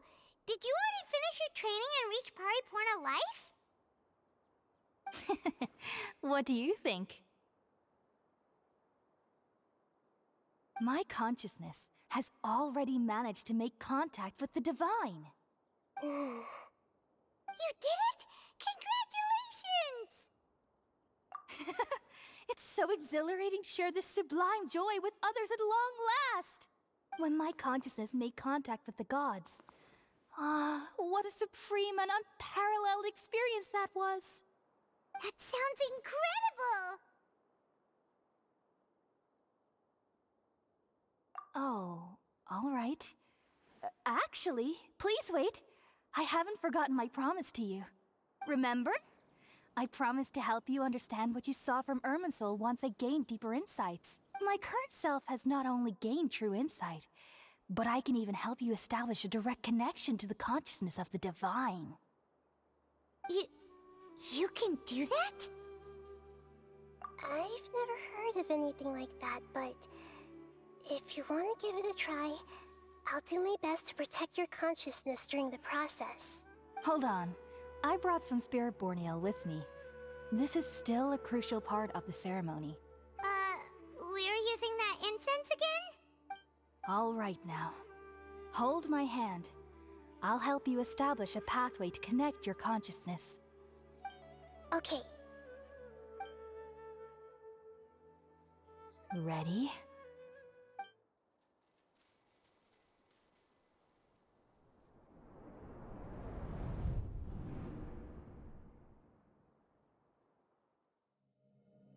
It took 3 betrayals for me to finally understand. The world is just an elaborate tapestry of lies. My fury will never be quelled. The first to betray me was a god. My creator. My mother. Valuing strength above all, she saw no worth in me and I was discarded. The second was a human. My family. My friend. Consumed by fear, he saw me as an abomination. The third was one exactly like me. A hope for the future. A fledgling barely out of the nest. Powerless before his mortality, he broke his promise to me. Humans, they can't be trusted. And the gods fill me with pure loathing. So I said good riddance. I denounced the world and laugh in its face. My chest will never again be defiled by worldly filth. I will scrub away every last trace of human emotion. Then it will be empty, a blank slate, and ready to receive a supreme gnosis, brimming with pure divinity.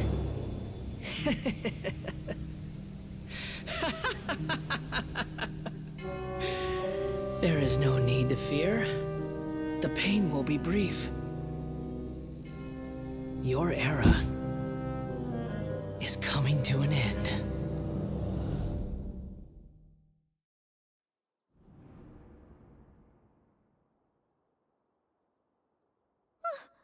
What was that?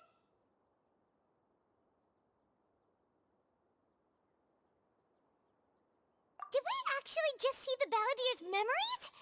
Everything matches what we know about him. But how is he connected to the divine consciousness that Hypatia was talking about? You saw it, right? You felt it, right?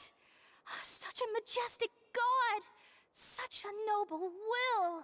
Such sublime emotion! Alas, shame.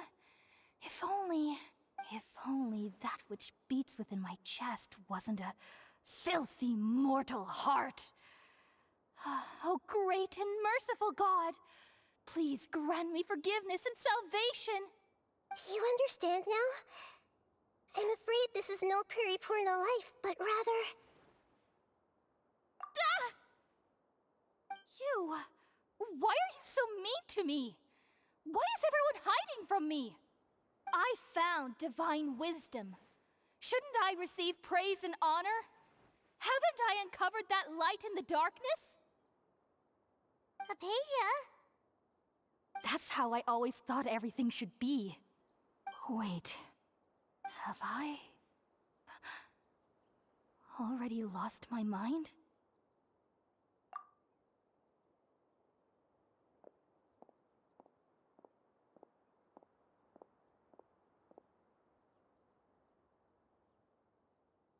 Wait, something isn't right.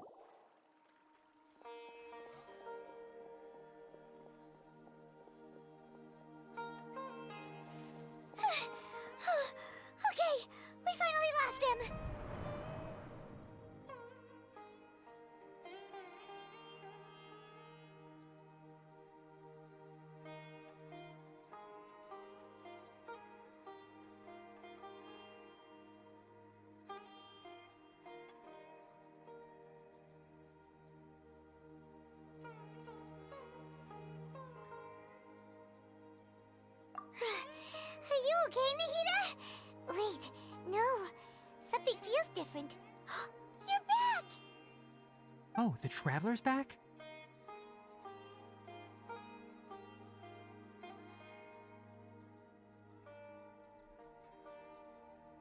Nahida was controlling your body for a while.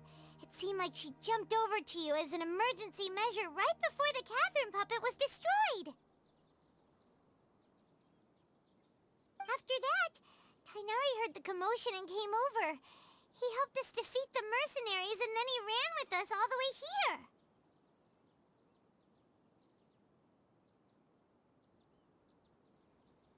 What? You swapped places? You mean your consciousness also went into Nahida's body? Wait, then where is Nahida's consciousness? Where is she now? I never imagined that an individual's consciousness could be transferred around like this.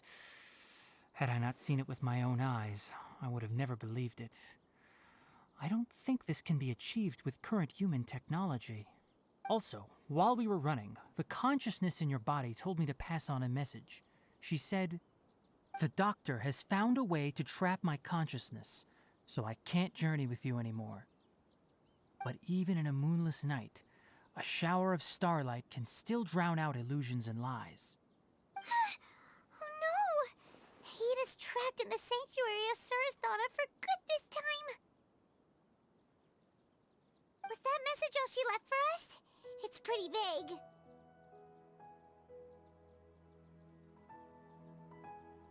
Oh, that makes sense. Since the doctor captured her, she won't be able to say anything without him knowing. She's being extra careful. Even in a moonless night, a shower of starlight can still drown out illusions and lies. Huh. Paimon knows the moon illusions and lies are from the alchemical divination at the Sub-Zero's festival. Didn't Nahida use a starlight analogy before? It had something to do with Sataria.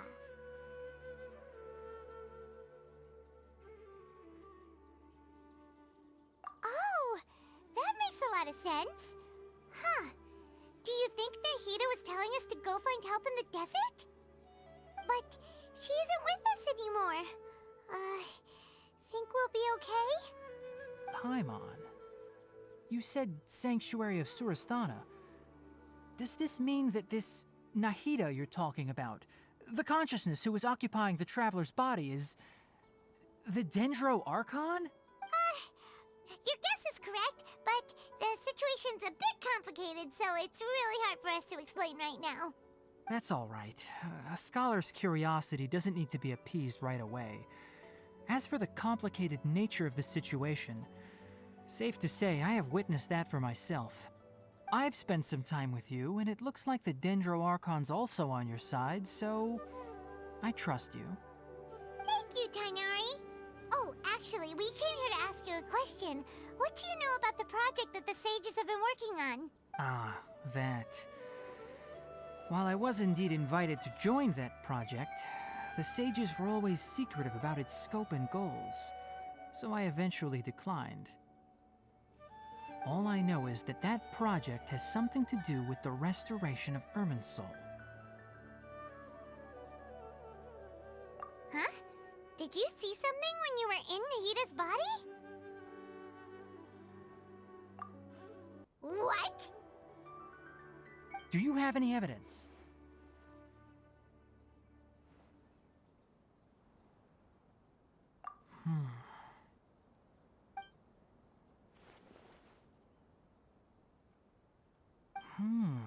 So that's what happened. That explains why Hypatia's symptoms were different from those of the other scholars who went mad. It's because she made contact with the consciousness of a new god who is still in the process of being born. Tainari, did you leave the Avidia Forest because of Hypatia? I did. I noticed Hypatia's mental anomalies, but since her symptoms were rather atypical, I secretly took her to Pardis Dii and began searching for a way to return her to her normal self. If I didn't take action, Hypatia would have already been taken by the Matra to the desert, doomed to a life of exile at Aru village. Now that you mention it, I knew the Academia has never thought particularly highly of Lesser Lord Kusanali, but But I still didn't expect them to do something as arrogant as creating a new god. Looks like I made the right decision by not accepting their invitation. The Doctor and the Balladeer.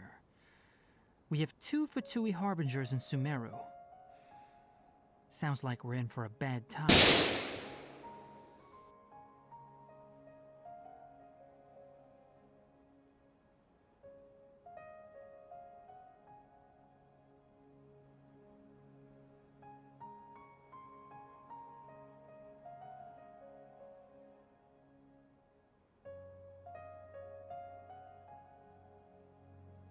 From your description, I don't think they've completed their project. There may still be room for us to intervene.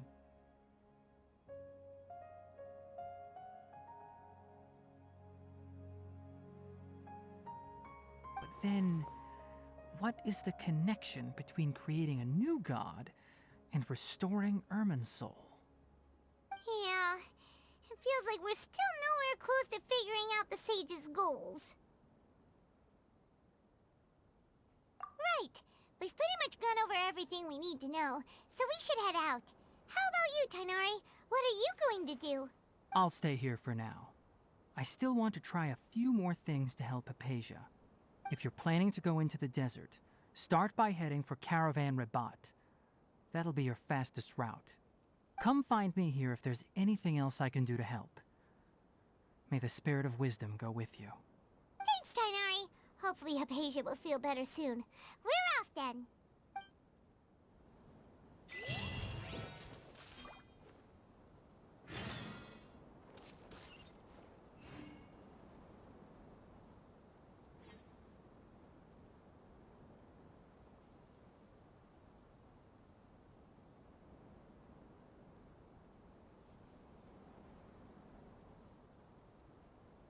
Wanna come over for tea?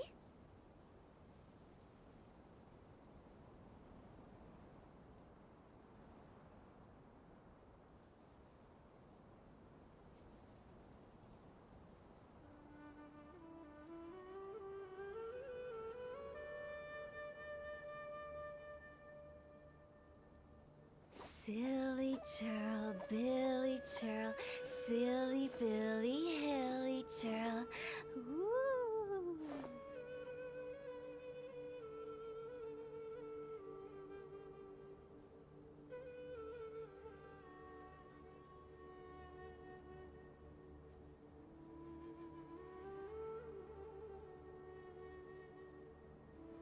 When the sun's out, bathe in sunlight.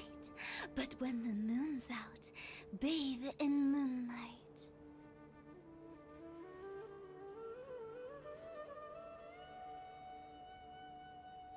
Silly churl, Billy churl, silly Billy, hilly churl. Ooh.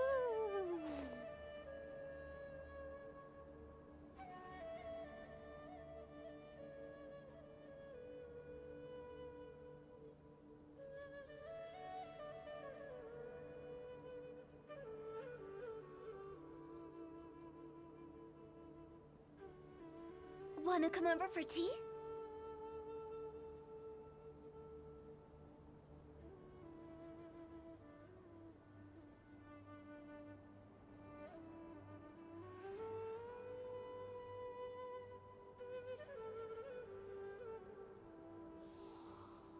Huh?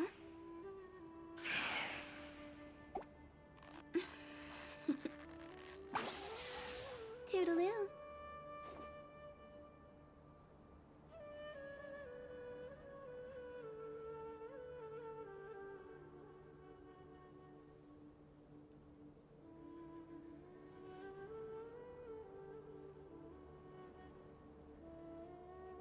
One client, 2 clients, 3 clients.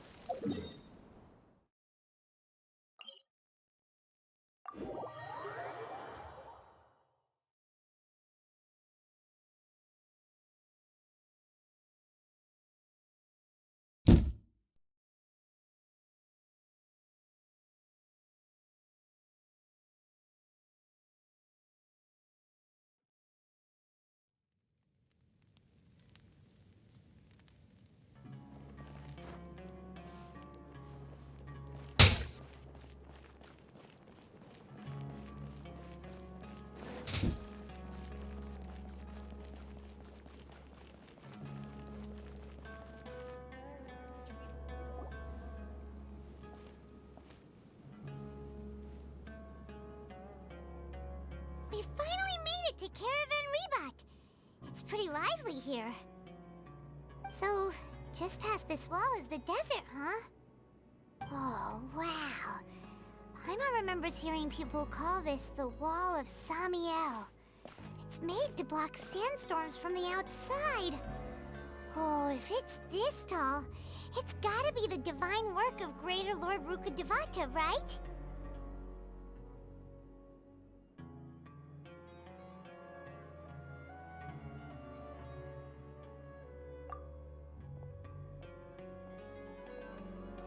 Enough gawking. Come on, follow me. Huh? Over here. Oh, Haytham went that way! Let's hurry up and follow him. Wonder what he's up to.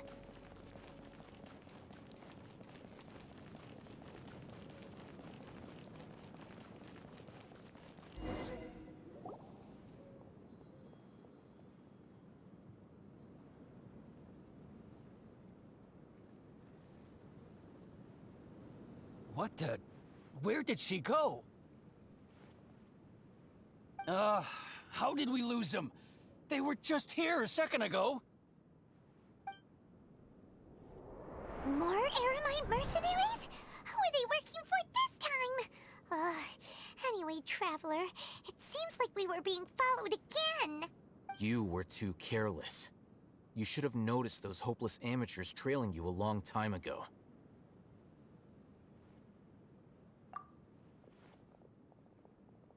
There's no need to thank me. I've never cared to keep track of personal favors.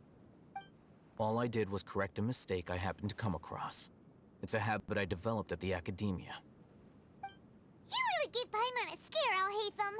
We never thought we'd run into you here. Last time we met at Port Ormos, didn't you say you were going back to the Academia?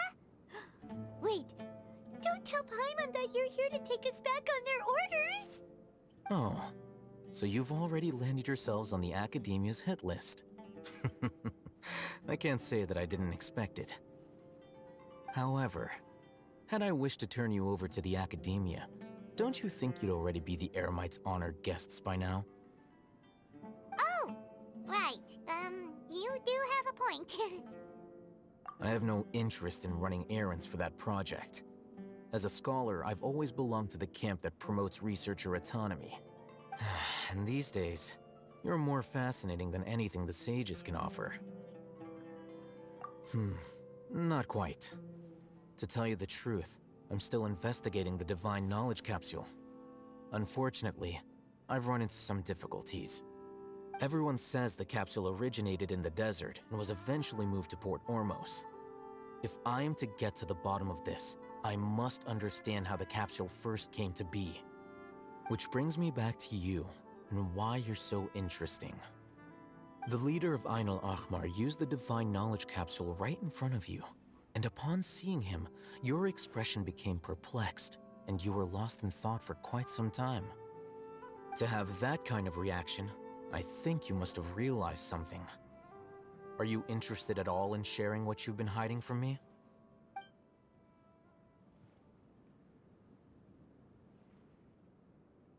Alhaitham, you really have a ridiculous eye for detail. What kind of person even notices and remembers stuff like that?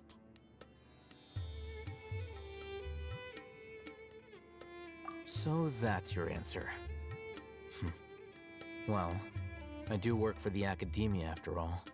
So considering that, it is indeed wise to keep your cards close to your chest. But that does prove you do have some undisclosed information about the Divine Knowledge Capsule. Am I right? No matter.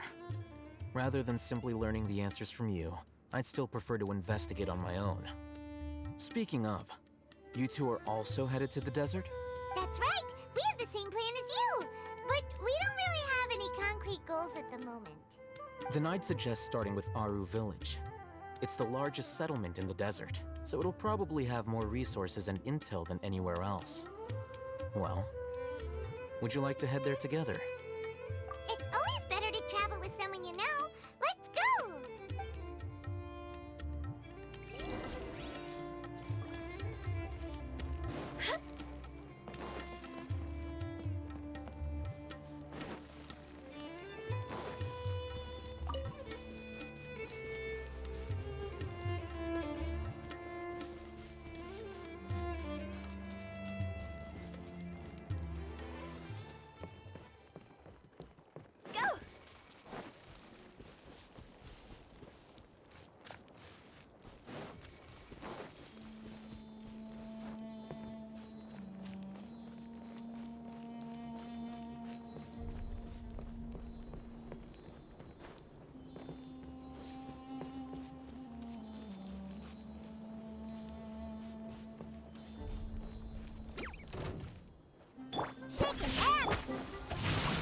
body enough. Stabilize!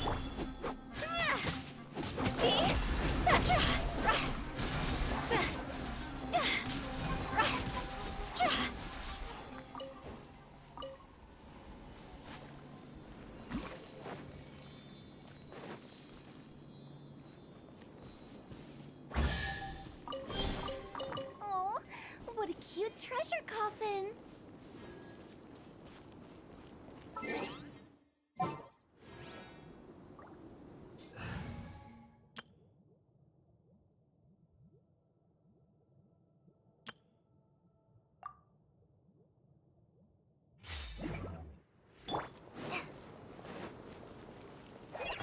Another test sub. Can't handle your drink. Ring cutter.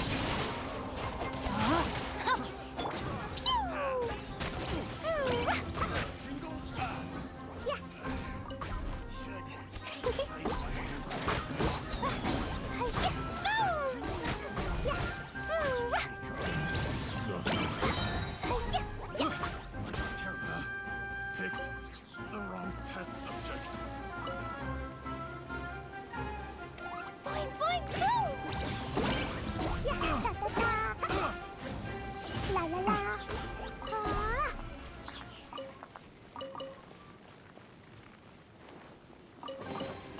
More treasure, more treasure!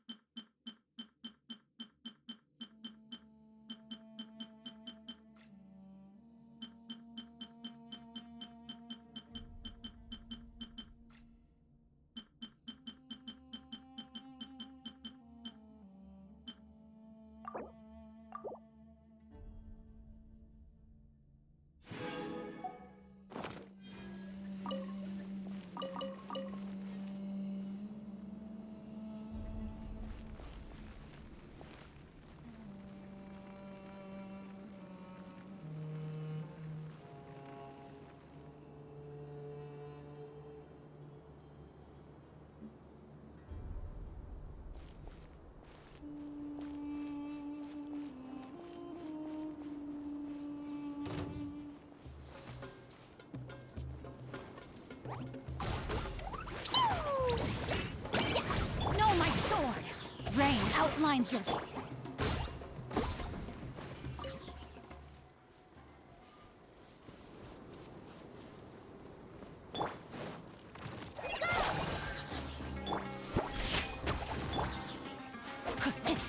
Dumpy, dumpy, go!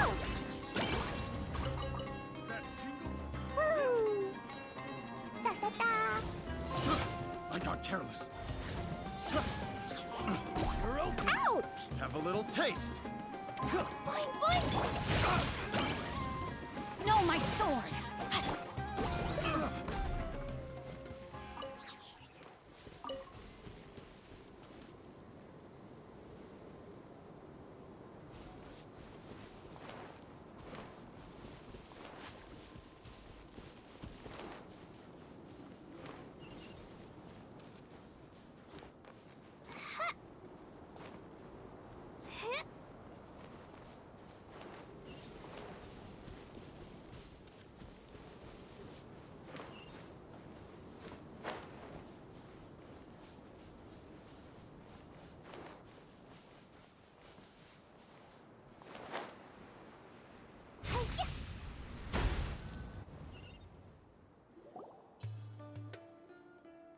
Before us lies Aru Village, the safe haven of the desert folk.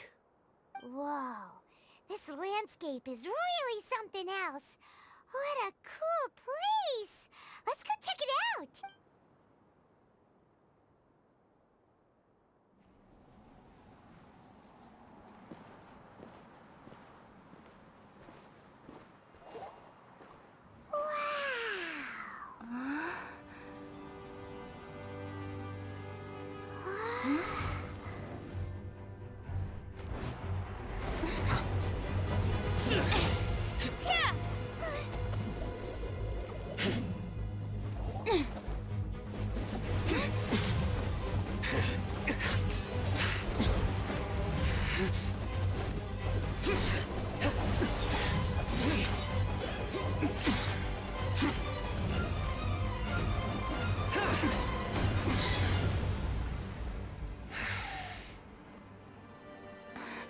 Sino.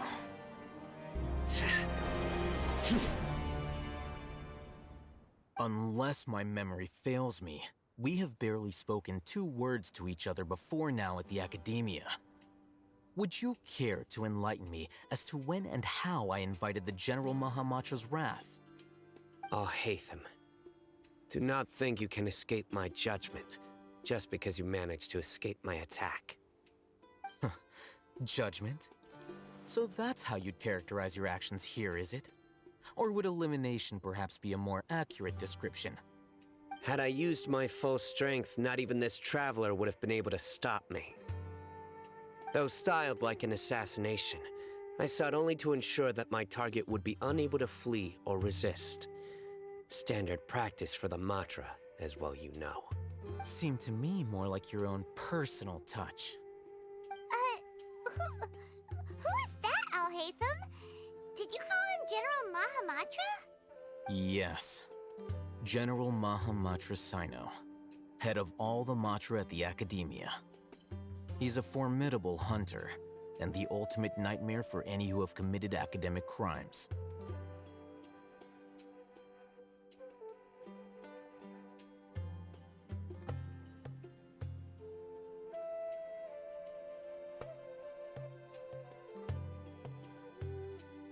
You seem to have placed a lot of trust in Al-Haytham, to the point of blocking an attack for him. If I were you, I'd never choose to side with him. I wouldn't believe a single word that comes out of his mouth. I have been pursuing this scribe for a long time. I urge you, stand back and do not seek to defend him any longer. Otherwise, there will be consequences. Has Al-Haytham done something wrong? Paimon doesn't think he's as bad as you've made him out to be. I won't waste my breath explaining things. Al-Haytham, I saw it during our fight. Take it out. The divine knowledge capsule you're hiding on your person. Unless you want me to retrieve it for myself. Very perceptive of you. Nothing escapes a Matra's senses. Wait, the divine knowledge capsule? Didn't it fall into the Matra's hands in Port Ormos? No wonder you speak with such confidence, Sino. But I must admit, I'm very curious. What does this capsule mean to you? And why, as General Mahamatra of the Academia, are you all alone in the desert? As far as I'm aware, the other Matra have been speculating about your disappearance. Have you been given a mission that's, let's say, morally dubious? If I was the real target of your mission, what was stopping you from simply using your authority and resources to judge me within the walls of the Academia? I should have known you'd be difficult to deal with. You two? Ugh! What you would do, Traveler? Paimon feels like we can't trust either of them! Ahem. Well, look at you two, acting all tough and self-righteous over there. Wait, Dia?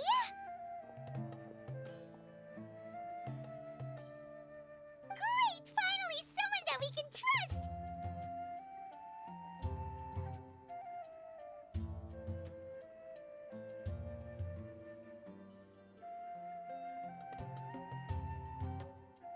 You gotta help us out here. Otherwise, these two are gonna start fighting again! Yeah, sure looks that way. 2 giants from the Academia duking it out once and for all. Not something you get to see every day, that's for sure. Listen, I know you academic types love to fill up your big brains with self-righteous morality and lord your empty rules and virtues over each other. But how dare you bring your petty disputes into the safe haven of Aru Village? It seems like someone's gonna have to beat some sense into your thick skulls until you finally learn to respect these grounds.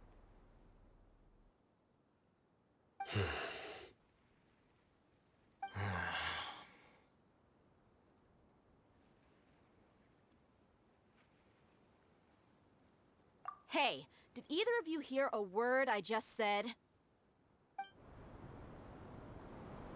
Whoa, what's going on? The wind's so strong! Is this a sandstorm? Paimon's gonna get blown away! Another sandstorm? What's up with these recently? Hey! All of you, over here, quickly! We have to take cover! Someone's calling for us! Oh, this wind is too strong! Let's get over there! That sounded like Candace. Come on, you two. Jeez, are all of you academia folks such hard work? Move it! All right, stop yelling.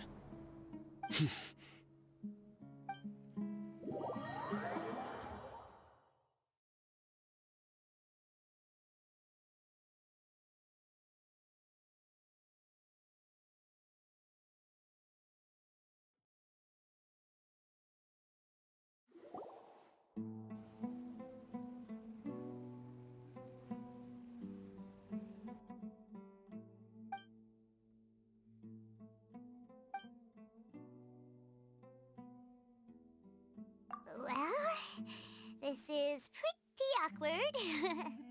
Hey, wanna play sardines with 3 people who wanna tear each other limb from limb? Sure, why not? Sounds fun. The air is so thick and heavy. Paimon can hardly keep floating anymore. My sincere apologies, everyone. This is the home of our village chief. I will have to ask you to make do with this small room until the sandstorm dies down. Please, let me introduce myself. I am Candace, protector of Aru Village. Our savior has come at last! Nice to meet you, Candace. The name's Paimon. Thank you so much for helping us. There's no need to thank me. It's only right to help each other when the weather gets rough.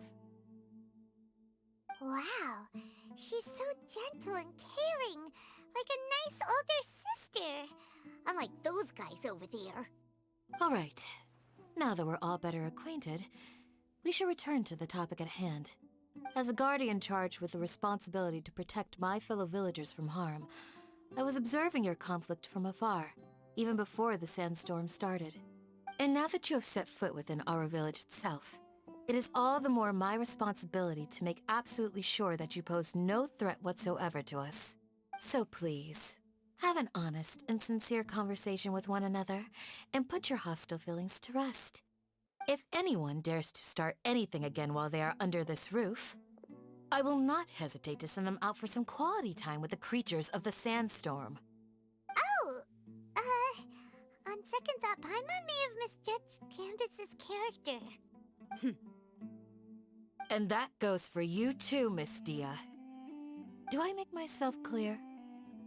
All right, we got it, Candace.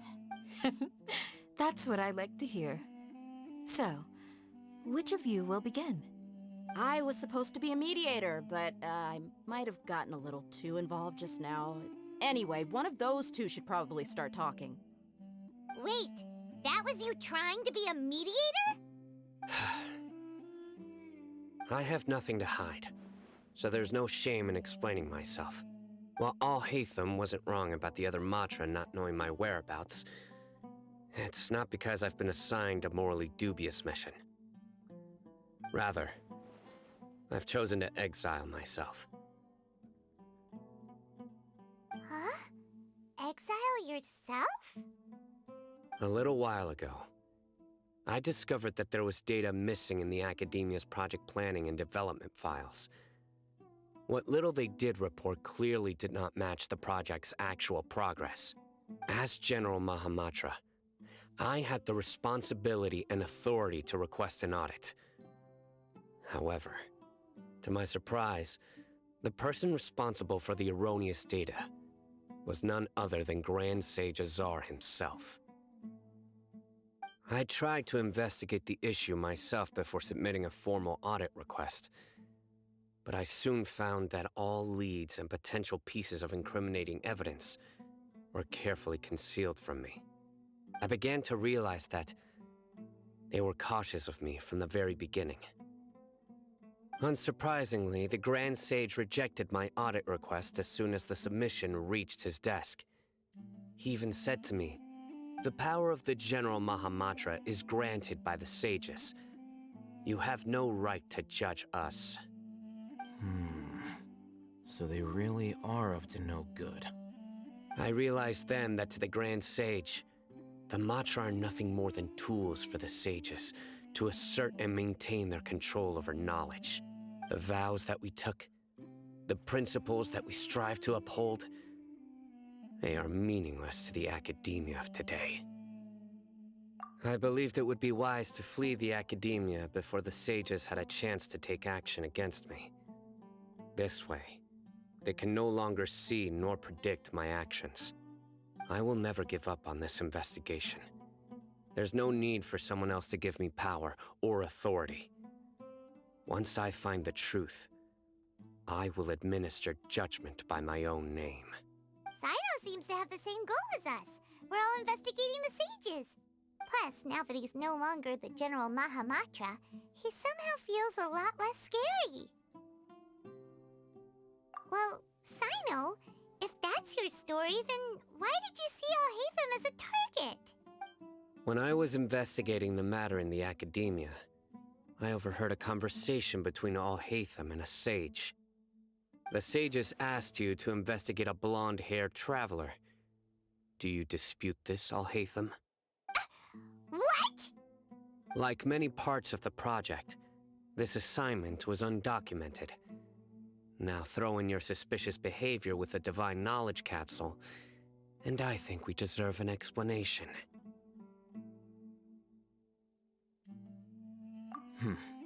Yes. I was indeed tasked with investigating the Traveler. Alhaitham! After all, the promised reward was so great that hardly any scholar could have refused. The sage told me, once you've completed this assignment, I can give you a glimpse of divine knowledge. A most enticing offer. Unfortunately, those academics don't know me at all. Their words contained one key piece of information, namely that divine knowledge indeed exists. That gave me all I needed to know. From my perspective, the sages are far from trustworthy. Think about it. Isn't it a little strange they're so willing to share divine knowledge with anyone, even as a reward? So, I began my own investigation following the lead of the Divine Knowledge Capsule. In the end, I realized my wisdom in committing to this rather than collaborating with the sages. Had I been less guarded, I probably would have ended up like that Ain al-Ahmar mercenary, incapable of remaining sane for long enough to hold a conversation. You mean that the sages originally planned to dispose of you, using one of those capsules that drive people insane? I'd already given up on the assignment by then. I only told the academia I was waiting in Port Ormos for you to appear so they wouldn't suspect anything. So it came as quite a surprise when I encountered my erstwhile target while investigating the Divine Knowledge Capsule. Criminals do love to talk about coincidences. Even though I ran into the Traveler by chance, I had no intention of providing assistance to the academia. Also, you should remember, you were the ones who decided to follow me and strike up a conversation after I left that tavern. That's true. Alhaitham helped us out at Caravan Rebat as well. Maybe he's telling the truth. I'm willing to apologize if that's worth anything to you. I took the Divine Knowledge Capsule behind your back because I judged its existence to be a significant risk. I felt that it would be best for no one to interact with it before it had been properly studied. After all, curiosity often proves to be the most dangerous thing in this land. You should be well aware, Scribe Alhaitham, that curiosity can also lead you to danger and suspicion. Answer me this. Did the sages share any information about their project with you? Have I not made myself clear? You and I are both distrusted by the academia. Do you really think they would tell me anything? Fine. Although you haven't completely proven your innocence, I won't regard you as an enemy, for now. As you wish. Good. I'm glad to see you two clearing up your misunderstandings. And now you, Dia. I believe it's your turn. Oh, sorry. Whatever the boys were talking about must have been so boring that I spaced out. My situation is pretty straightforward.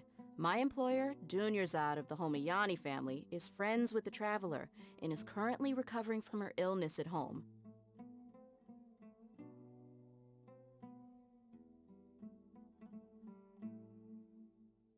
I had nothing going on, so I decided to return to Aru Village for a visit. I was actually looking forward to a pretty exciting time getting back together with everyone here. But then I saw these two random guys in the middle of a pointless argument. It ticked me off, and things went downhill from there. Is that all? Well, I will admit that definitely sounds like your style. In that case, welcome back, dear. That's more like it. I missed you all so much, Candace. Whoa! What was that sound? No need to worry. Now that you're no longer at each other's throats, please make yourselves at home. I'll take a quick trip outside to clear out some of those creatures in the sandstorm. Creatures? In the sandstorm? Are you sure you don't want some backup? Fighting in a sandstorm is not for the faint-hearted. Anyone without extensive training in these conditions is at a disadvantage. You needn't worry. Yeah, just leave him to Candace. Don't worry, she's as tough as they come.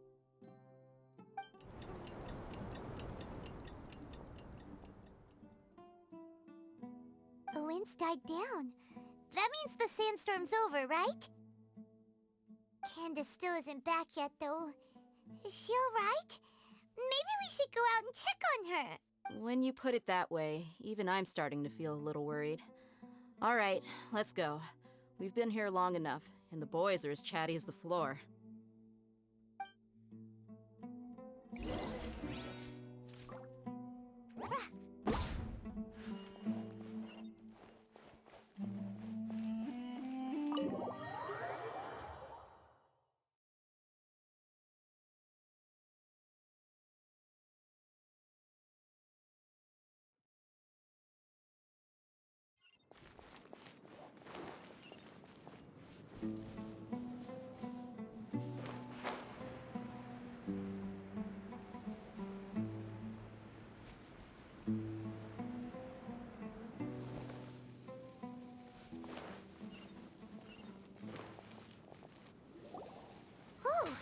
Candace, you're still fighting?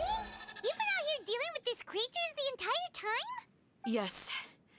They just keep coming in waves. I've lost count of how many I've defeated. Before I realized it, even the sandstorm had stopped. Here comes another wave! Leave this round to us. I got interrupted earlier, but now I have something to take my anger out on. It's been quite a while since I've seen the Flame Mane in action. I'll leave these to you then. I'll be sure to put on a good show. Let's go!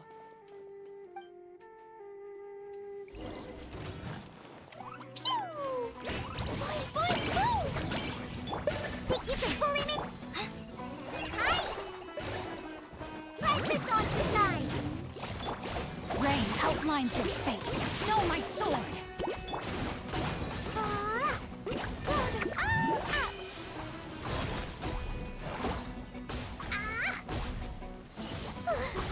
Here comes another wave! When are they ever gonna let up? Special!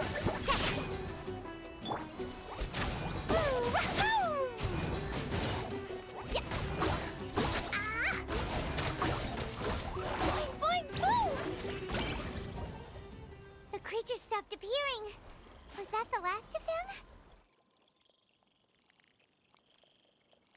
What we fought just now was probably the aftermath of the sandstorm. So we should be safe for the time being. Well fought, everyone. No injuries, I hope.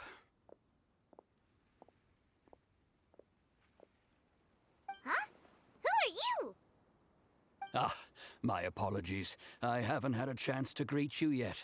I had my hands full taking care of the village's elderly and children. I am the chief of Aru Village. Everyone usually calls me Uncle Anpu. Sir, I am also originally from the desert. but I have not been back for some time now. May I ask if such sandstorms are common? I can't say they've always been common, but recently the storms have become increasingly severe and frequent. Besides sandstorms, we also occasionally get earthquakes. According to an investigator who stayed in the village a while ago, these unusual natural phenomena are related to the withering of Irminsul. Another effect of Irminsul's withering. So, Irminsul's withering causes withering zones in the forest, and sandstorms and earthquakes here in the desert? Everything in the natural world is inextricably connected to Irminsul. These regional symptoms can indeed be a reflection of Irminsul's present state. Everyone in Aru Village needs to take good care of themselves. Speaking of which, why haven't I seen a single village keeper since I got here? Village keeper? Who are they? Village guards like Candace? Does your curiosity know no bounds? Village Keeper is how Aru Village refers to mad scholars exiled here by the academia. Most of them are scholars who lost their sanity after a period of training in the Avidia forest. The academia believes that their crazed mutterings may have a negative effect on the psyches of other scholars. So, they're forcibly exiled to the desert. Though if you ask me, it's all a boatload of nonsense. Alas, that's exactly what we've been trying to investigate. One by one, the village keepers have been mysteriously disappearing without a trace. But no one in the village has ever seen them leave. If you're planning to stay around the village for the next few days, I'd appreciate it if you could keep an eye out for them. I've had encounters with those people in the past. I'll see what I can do to help. The Matra are the ones responsible for their exile. Now that you're no longer with them, are you trying to alleviate your guilt and atone for your past sins? I'm fascinated by how you think. Mock me if you will, but if you are guilty, I will eliminate you, regardless of my position or identity. Oh, you're the former General Mahamatra. You must be an expert in these kinds of investigations. Thank you for your help. Is it because you're reminded of Hypatia? Oh, these poor scholars. First they lose their sanity, now this! We need to help get them back home, safe and sound. But, is it really a good idea to tag along with Sino? You seem like you really don't trust him. I'll be grateful for the assistance. No doubt you will do a better job than some of my former subordinates. Let's start by finding a spot to share what we know so far.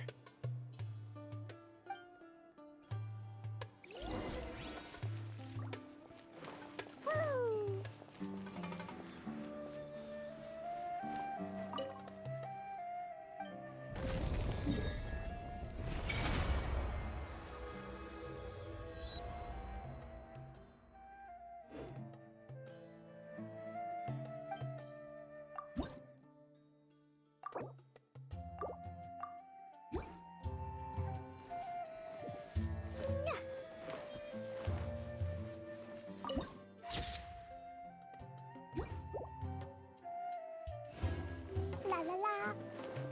Woo!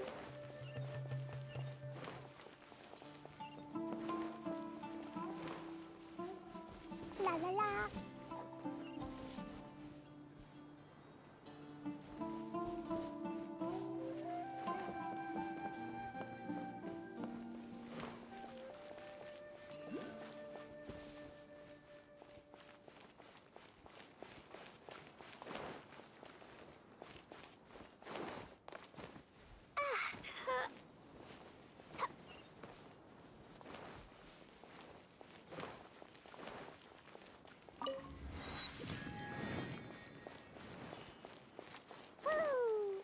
La la la.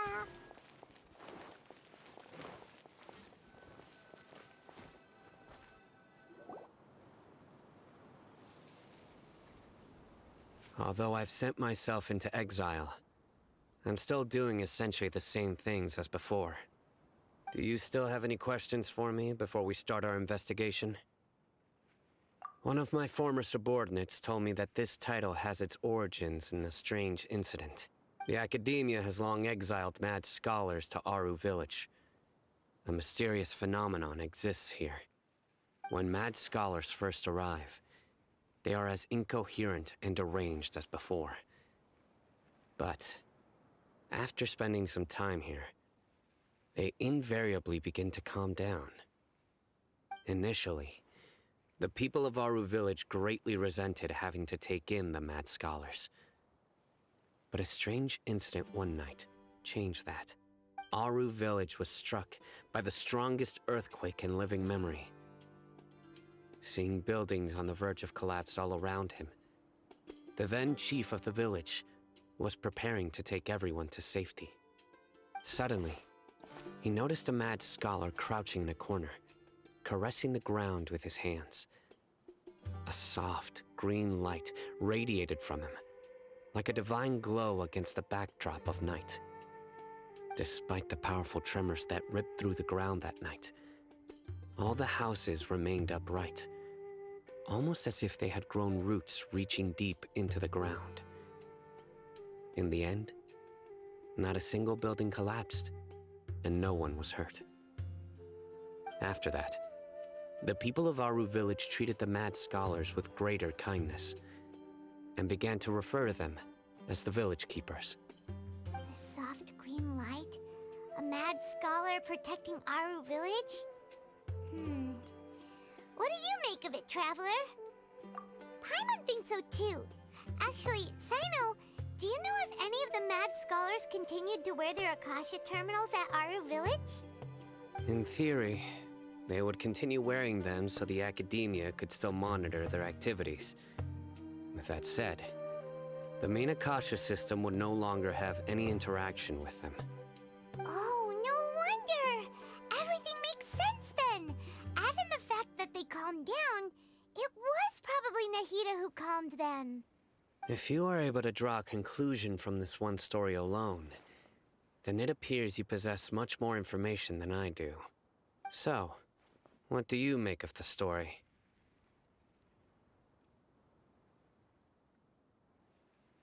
Really? Lesser Lord Kusanali. What? You don't believe us? Lesser Lord Kusanali was definitely using the Akasha to give her power to the mad scholars! No, it's not so much that I don't believe you. I'm just struck by your reasoning. Lesser Lord Kusanali, the current Dendro Archon. Is she really active in Sumeru?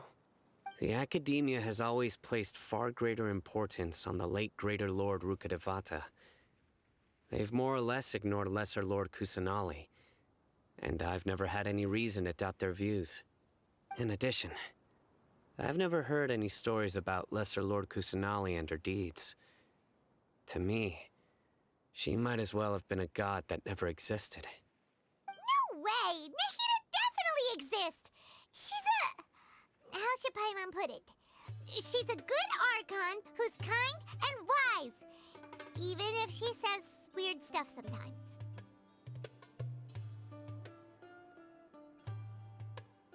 I've spent many years interrogating criminals, so I can easily tell when someone is lying.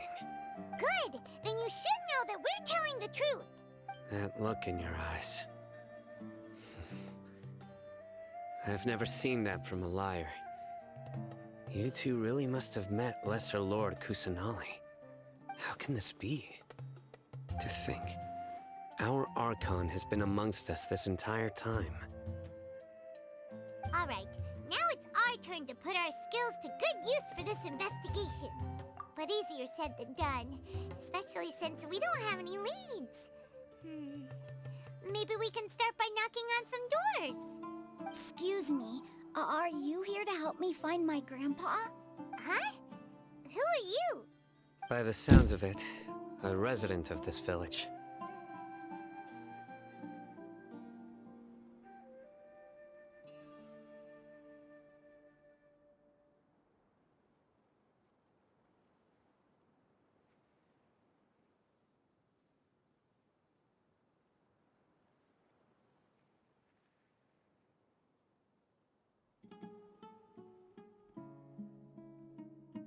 my name is Isak.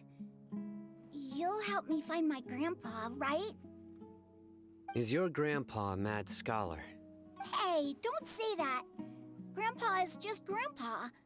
Why do you have to call him that? It's not like he's a bad person or anything. The person you're referring to is not a local, yet you are. Why do you call him Grandpa?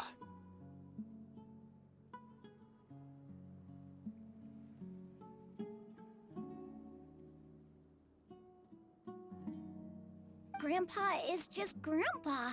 He's my family. I heard everything you said to the village chief. Please, you gotta take me with you. I want to find my grandpa. I swear I'll help. I won't be a nuisance.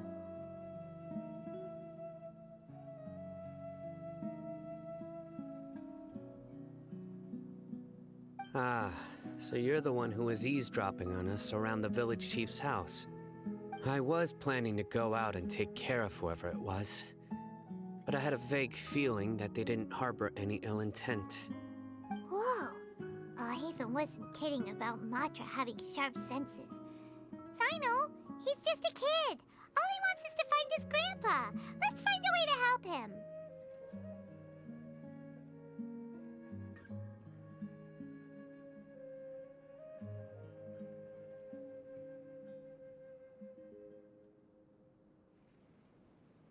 Sorry. I was only listening in because I wanted to know where Grandpa went. Honest. If you don't believe me, you can ask Miss Candace. All right. But first, let's confirm the facts with Candace.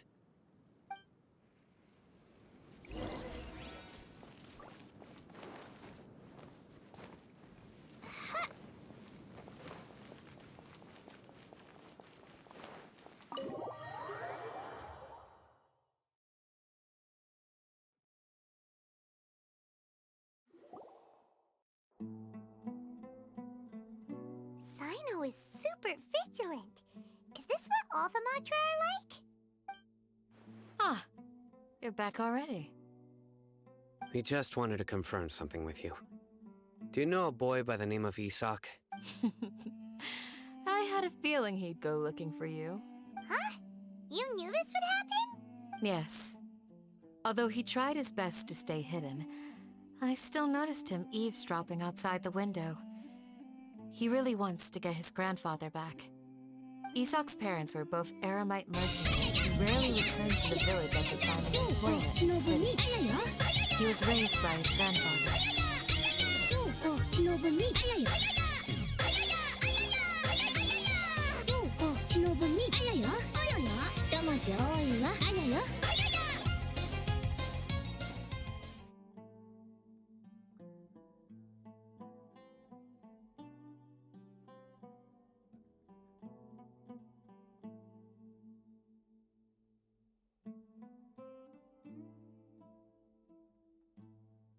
Unfortunately, it was only a few years before his grandpa passed away.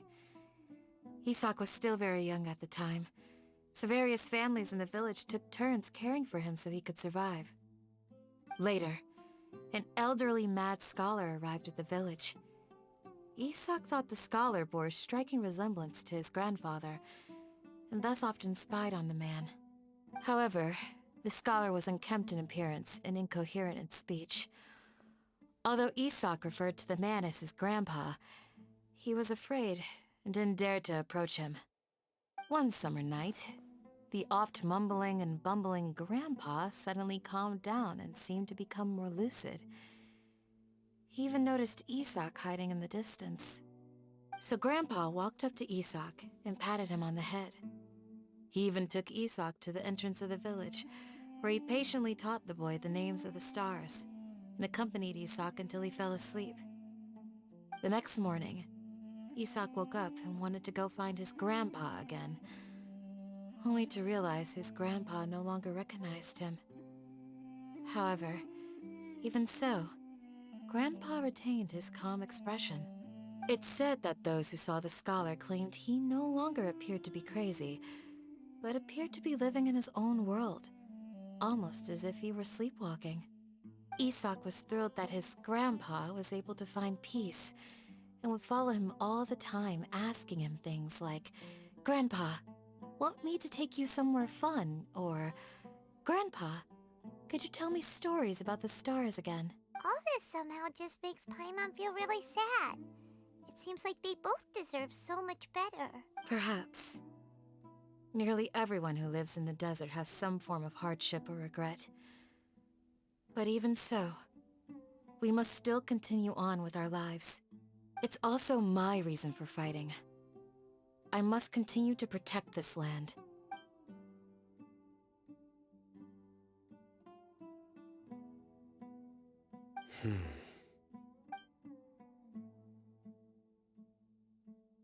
Maybe the people have always had a considerate god watching over them. Huh? What did you say, Sino? No, nothing. As long as Isak keeps his word and doesn't get in our way, we can take him along. Perhaps you are more compassionate than I gave you credit for. Please accept my thanks on Isak's behalf, Sino.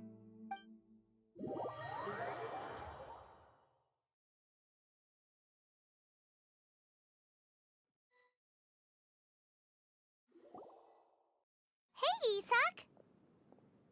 Oh, it's you guys! We've cleared everything up. Let's go find your grandpa. Really? Wow! Thank you so much!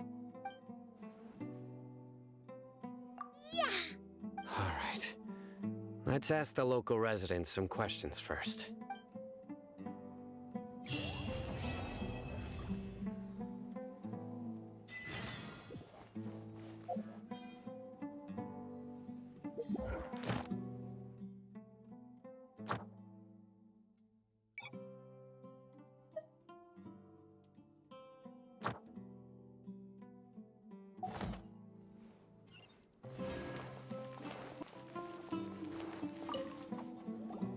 Excuse me, did you happen to see where the missing scholars went? You mean the village keepers? Oh, let me think. When I was eating dinner the other day, I saw one of them by the side of the road, muttering away and eating mushrooms and tree roots. They shouldn't go around eating that kind of stuff. Okay. Did you notice anything else? Anything else? No, I think that's all I have to tell you. Sorry.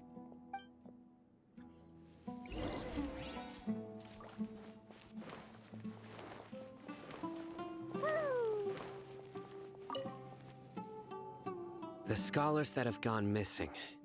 Have you seen them? Those eyes. Those fierce eyes. You look like a real fighter. Don't change the subject. Right. You were asking about the the mad scholars.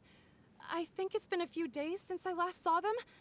I usually go to bed pretty early, so I'm not too familiar with what goes on at night. But honestly, I feel quite sympathetic towards them. Even though they act a little strange, they've helped me in the past. If it weren't for them, my house would have collapsed long ago. Do you also think Grandpa and the others are good people? Grandpa? Oh, hello there. It's little Isak. You mean that nice man who looks like your grandpa's long-lost twin, right? He was actually the one who protected my house. I saw it with my own eyes. He happened to be staying near my house that day and was doing something with his hands on the ground. It still feels pretty surreal now that I think back on it.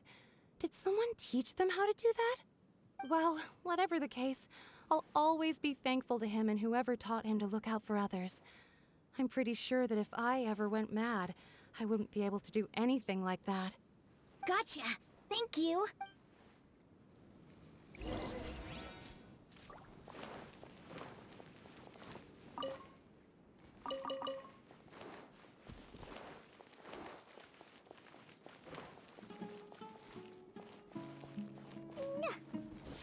La la la.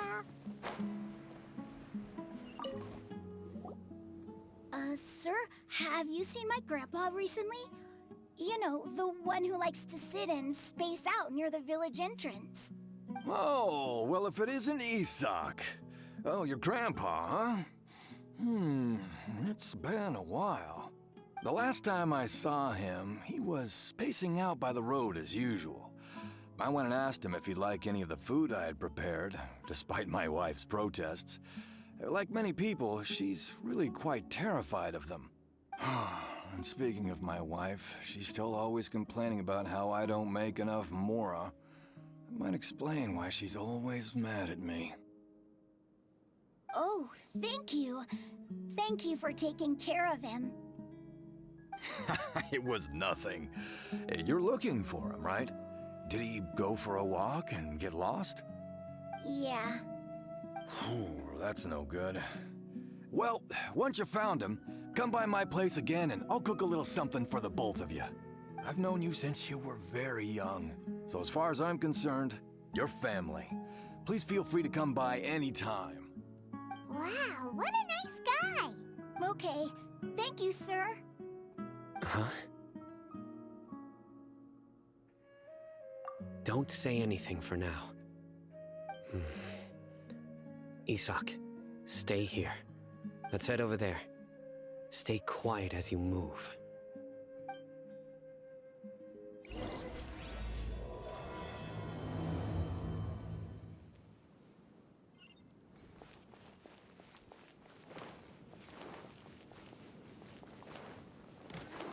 Is the Scarlet King really gonna come back from the dead? Listen, see if you can make out what they're saying. Have you heard? The mighty Scarlet King, the sovereign of our faith, will soon return to this world. Yes, of course I have. The Scarlet King is the one and only true ruler of this land. I've never believed in any other gods. Still, you say he's coming back, but it sure doesn't feel like life's about to change around here anytime soon.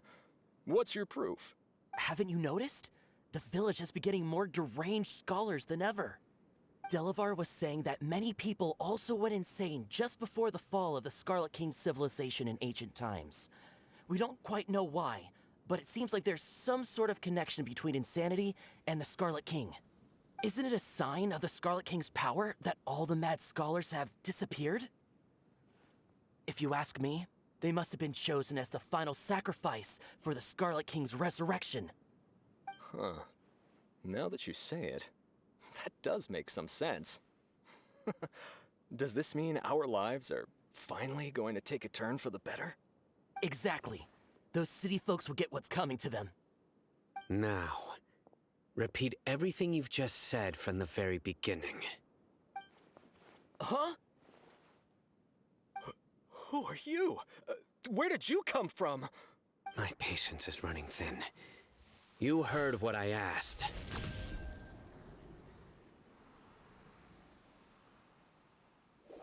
Yeah, bro, this guy's something else. Just look at his eyes. One wrong move, and he's gonna flay us alive. Let's not get on his bad side, okay? I am no match for this guy. Oh, okay, good sir. What is it you would like to know? Tell me about the Scarlet King's resurrection. Well, I only know a few things from hearsay. I went for a drink the other day and heard others talking about a rumor that the madmen will disappear, and that the Scarlet King will return to this land. I'm not making this up, I swear! Hey, go on, keep talking. It's true. It's all true, sir. We desert folk have had more than enough of those people at the academia. They keep sending us all their mad scholars and won't let us have a good life.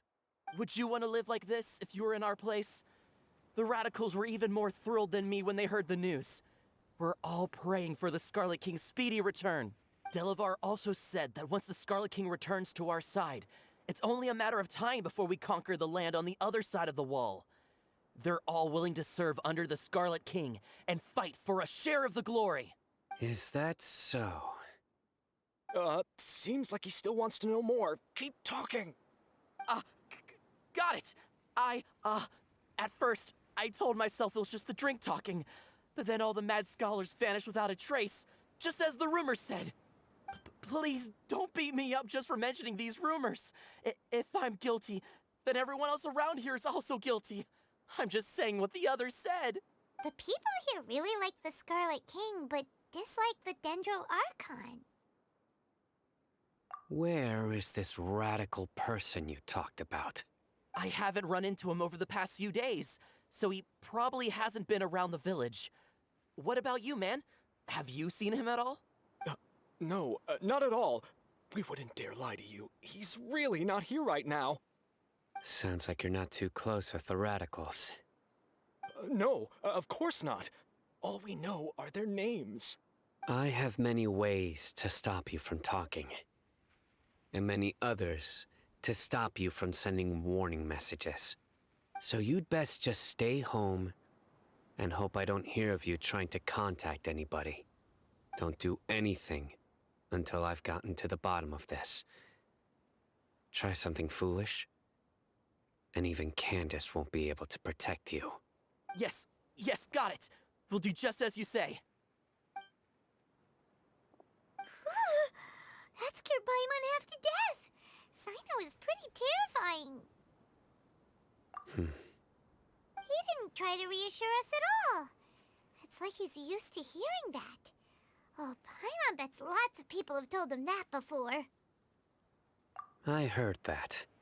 Sorry. It's part of being a Matra. The rumor we heard just now seems like a strong lead. But we need to check a few more places.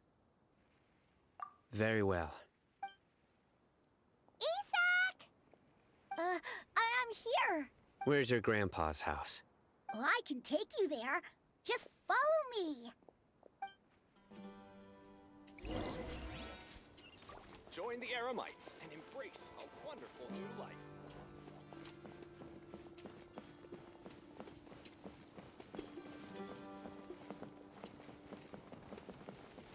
Grandpa? Oh, he likes to be alone. Sometimes he stares at the sky in a daze, and other times he just pokes at the ground with his fingers. Every now and then, he yells out at the top of his lungs, so a lot of people are really scared of him. But he's a good person, really. I know he is. I swear, he's just like my real grandpa.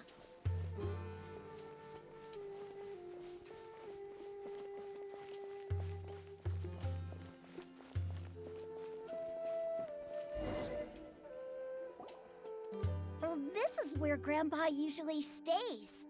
There sure isn't much here.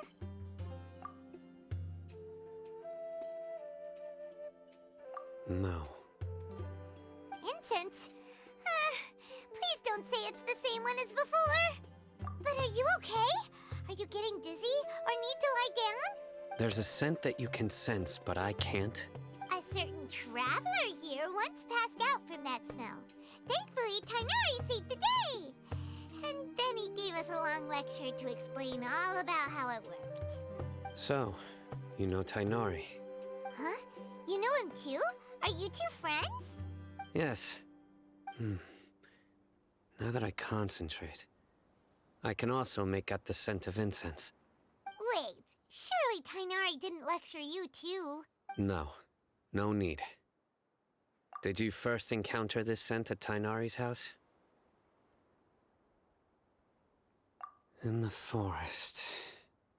From a scholar.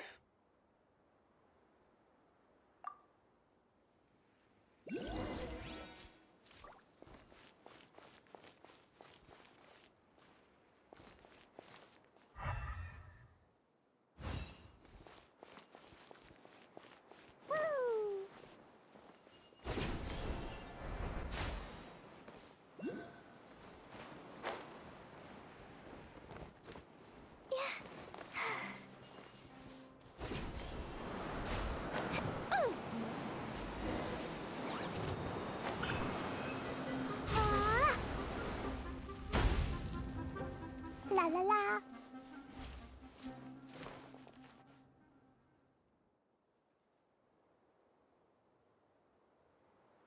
What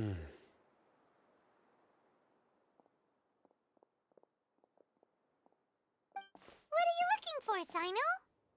Here it is. Take a look right here. Paimon doesn't see interesting. Although the traces have been completely buried in the sand, there are footprints here, from the size and shape. They belong to an adult male. This pattern is a common one from this area. Local shoes.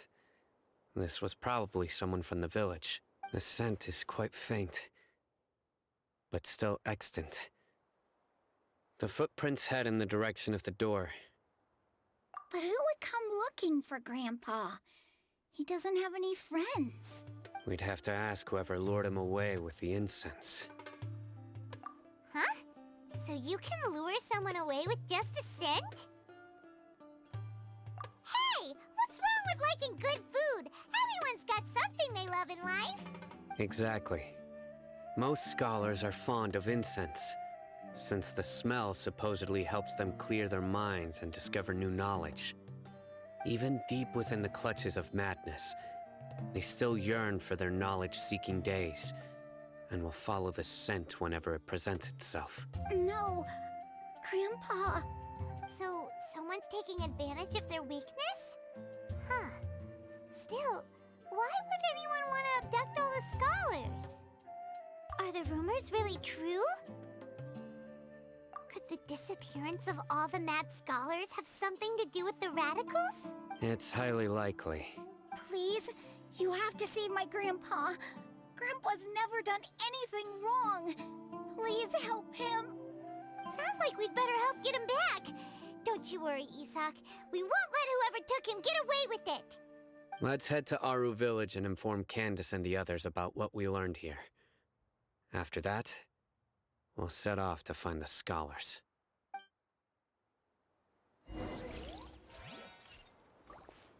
Woo! Da-da-da! Pew! La-la-la! Jumpy-dumpty-go! Da-da-da!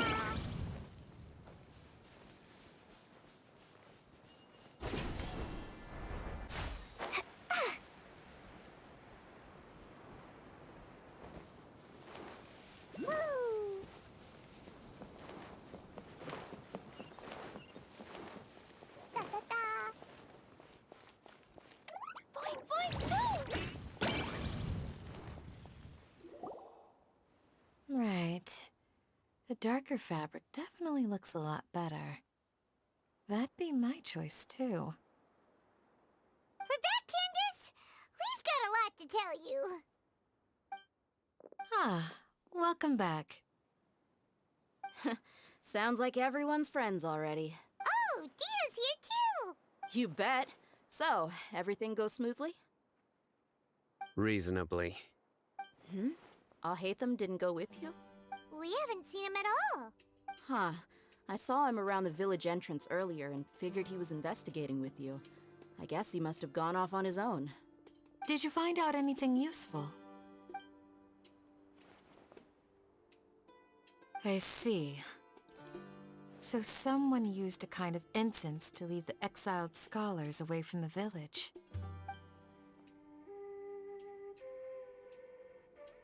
The resurrection of the Scarlet King? First I've heard of it. Far as I know, the kind of incense you just mentioned is only popular beyond the wall.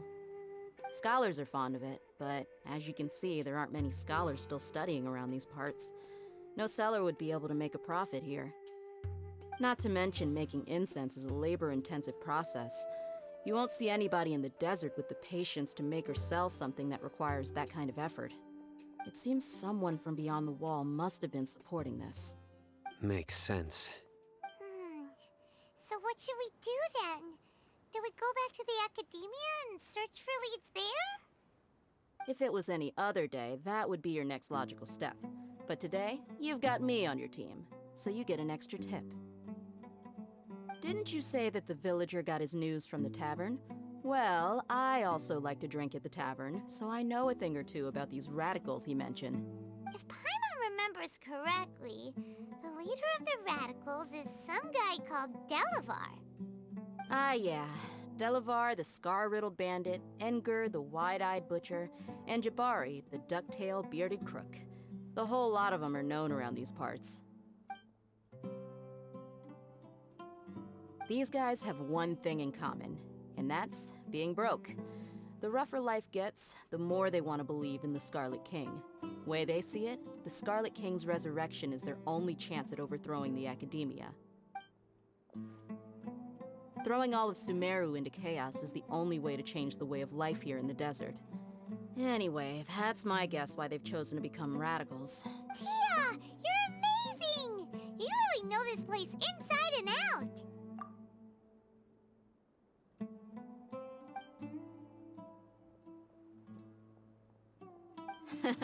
No merc can afford to slack off on gathering intelligence. Every mora I've spent in the tavern has been a valuable investment. Let's head out. Now hold on, you're staying right here, Sino. Why? Aru Village is not a big place. Outsiders stand out here like a sore thumb. I'd bet word about you has already gotten out. The desert is unforgiving, so the way of life here is also a lot tougher than on the outside of the wall. You survive on making connections out here. Compared to you, mercs like me are just third-rate amateurs. I've got no actual fighting skills to speak of. But that also makes it a whole lot easier for me to gain the locals' trust. I need to go around and ask some questions, but it'll be difficult if you're with me. Fine. Good, then we've got a plan. The Traveler and Paimon will go to Caravan Rebot with me, and we'll try our best to figure out where the Mad Scholars have been taken. Sino, you'll have to stay in the village and continue investigating on your own. All right! Sounds like a plan!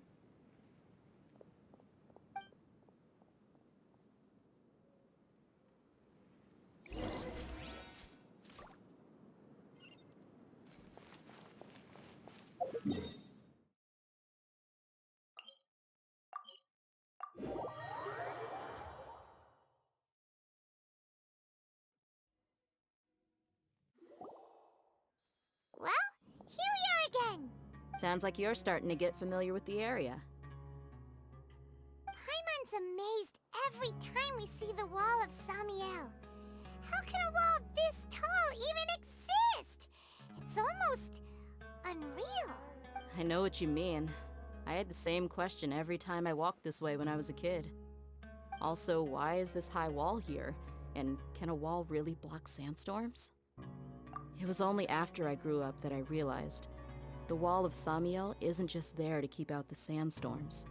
It serves a more important purpose, keeping out people like us. Sumeru is run by wise and mighty sages. To them, us desert dwellers are nothing but tools that can be used and discarded at their whim. We're cheap labor, like livestock, but easier to control. Nothing more.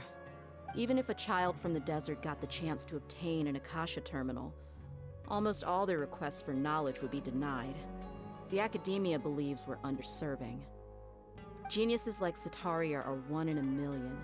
The other children never get a single chance to try and rewrite their fate, even though the Academia knows very well that we're humans, just as they are. That's terrible. I would tear down this wall with my own hands if I could. Hey, Dia. You're not thinking about doing anything scary, are you? No, not at all. This place just gets me thinking, that's all. Besides, we're here to procure information, aren't we? Yep, we gotta catch those... Shh. Caravan Rebot is crawling with people, so be careful what you say. We don't want anyone to find out what we're here for. Our mission started the moment we arrived here. Let's go check out the tavern. Maybe we'll find someone I know.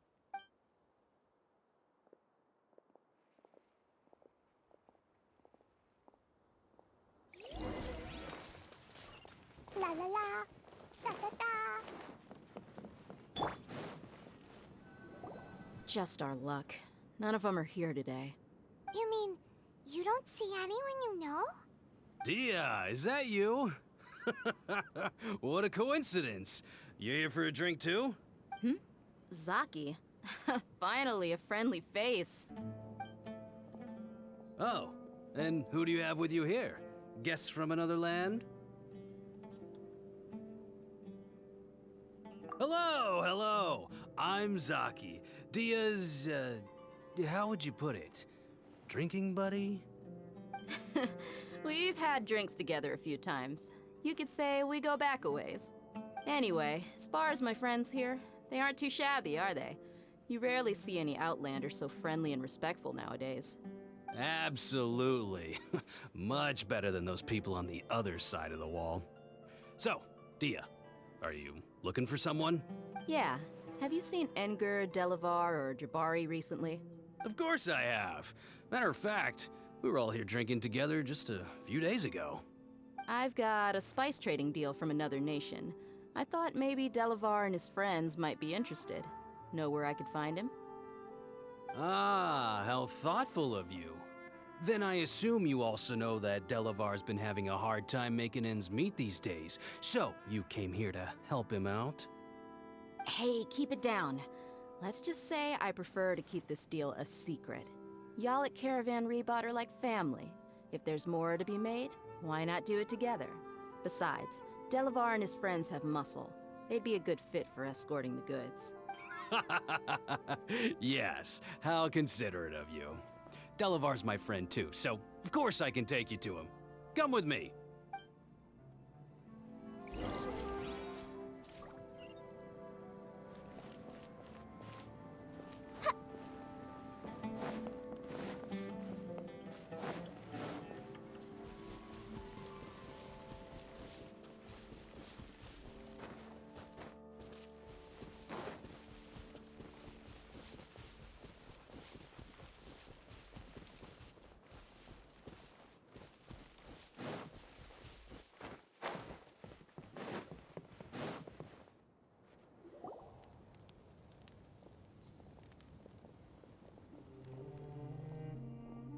Are we there yet?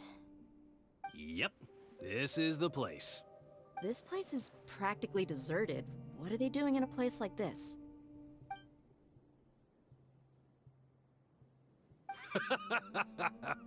Why don't you take a guess? Go on, a wild stab in the dark. You're like lambs to the slaughter. Oh no! It's an ambush! What's this all about, Zaki? Come on, Dia. You really think we didn't hear about what you said back in Aru village? The boys have kept a close eye on you from the moment you set foot there. Not only do I know that you're looking for Delavar, I also know that you've teamed up with people from the Academia to look for the missing scholars. So, you've been watching us from the very beginning? Uh-oh. Paimon knew leaving Sino behind was a mistake! And you left the strongest one in the village, didn't ya? Who do you think you are? You really thought we'd fall for your little business deal nonsense? So you and Delavar have been partners all along. Dia, I guess it's only natural for a traveling mercenary like you to be out of the loop. Those of us who hang around the tavern have stronger bonds than you think. But you got one thing right. We're all looking forward to an uprising in Sumeru. There's nothing more we'd like to see than the desert folk overthrowing the Academia. If that's the case, then I'm sure Delavar wouldn't miss a second of it. I'll be honest with you. If it weren't for what you said in the village, your little monologue about the Wall of Samiel would have convinced me that you're one of us. Delavar. And Edgar, you're here too, huh? Long time no see, Miss Mercenary. You should have known the traitors are what us followers of the Scarlet King despise the most. Dia, I thought that you, a fellow desert dweller, would understand that the Scarlet King is greater than the Dendro Archon. Little did I know, you don't deserve to join us. Yeah, gee, what a missed opportunity. Adopting radical views and kidnapping innocent scholars, all because of some baseless rumors. Anything else I'm missing out on? See? There you have it. Mercenaries are just a bunch of faithless scum with only one thing on their minds. Mora. Pathetic. You're all like a pack of street rats. You're not wrong. Mercenaries are driven by Mora, and my faith lies with whoever's paying me. As long as there's a profit to be made, anyone can become my friend. Enough talking! Get him! Just as I expected. Let's teach him a lesson, traveler. Following orders. New punching bag. You're open. Rain outlines your fate.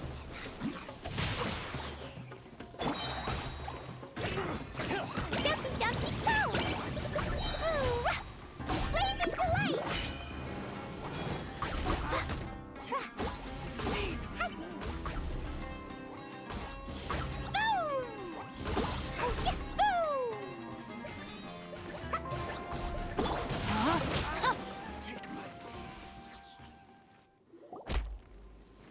Impossible!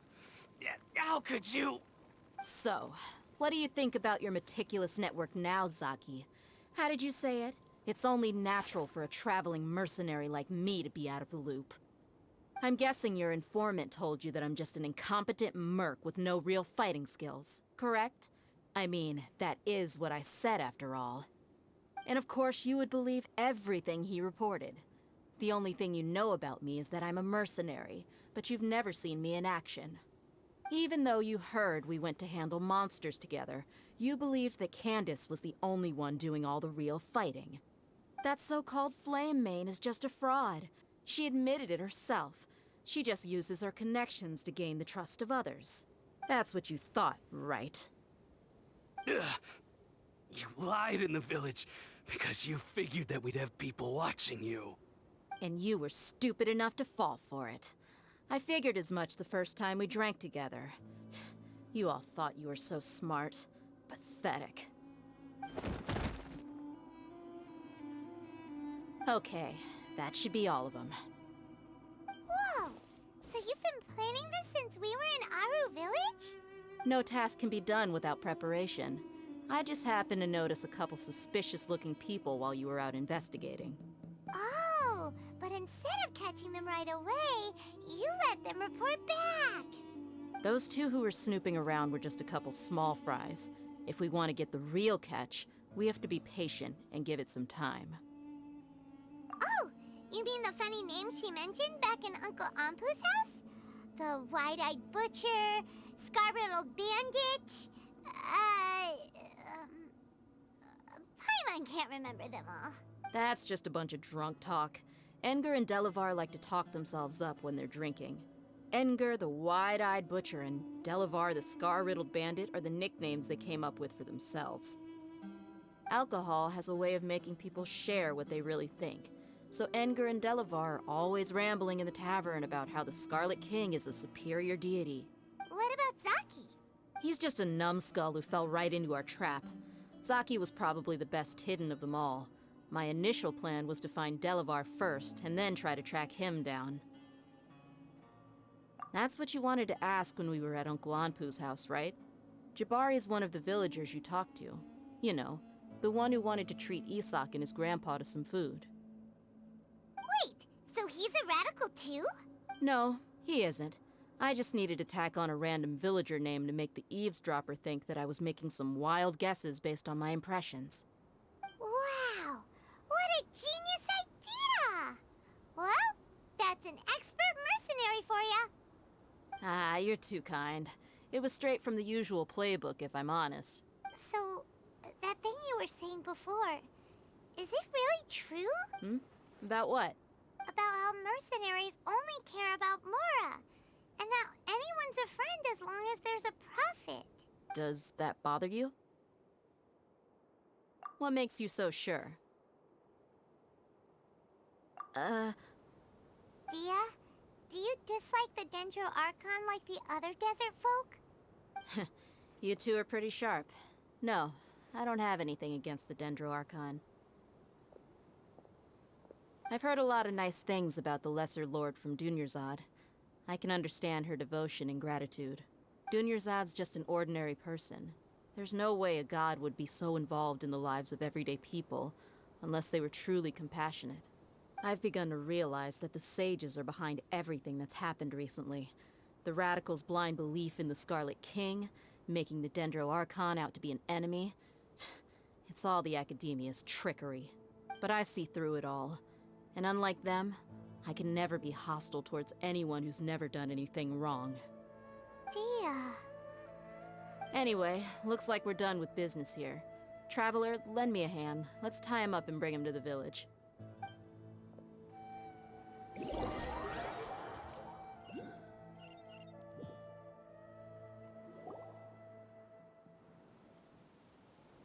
This should be all of them. I'll let you take it from here. All right. I'll be in touch. Until then, please stand by. Candace, do you need any help? Candace will be okay on her own. I trust her, so you can too. She's been guarding Aru village for quite some time now. If anyone is qualified to question the offenders, it's her. While I'm questioning them, why don't you pass some time by exploring the area? I'll meet you back here tomorrow morning, Traveler. As for these idiots, let's just hope they live to see another day.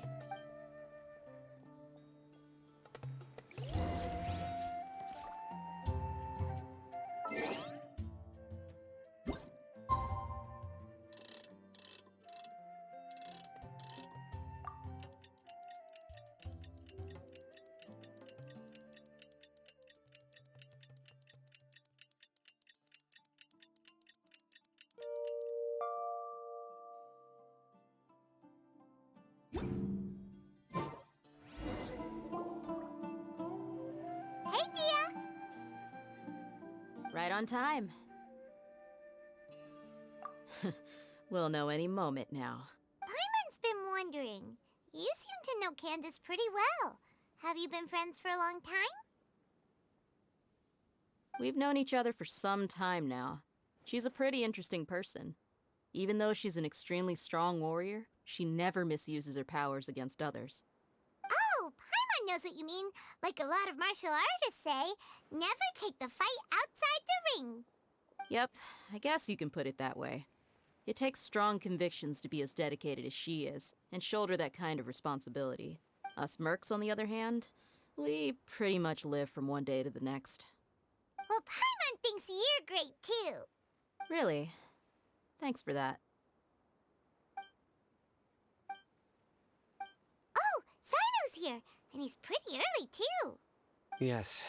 I was here yesterday to help out a little. To help out? By doing what? Sharing some interrogation techniques. Oh, you mean you taught Candace some more persuasive methods? Right. Come on in, everyone. Come on, let's go inside.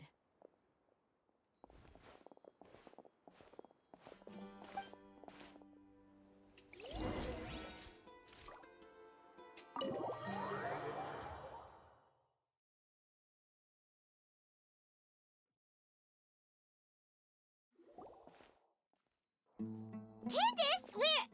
Whoa, you look furious.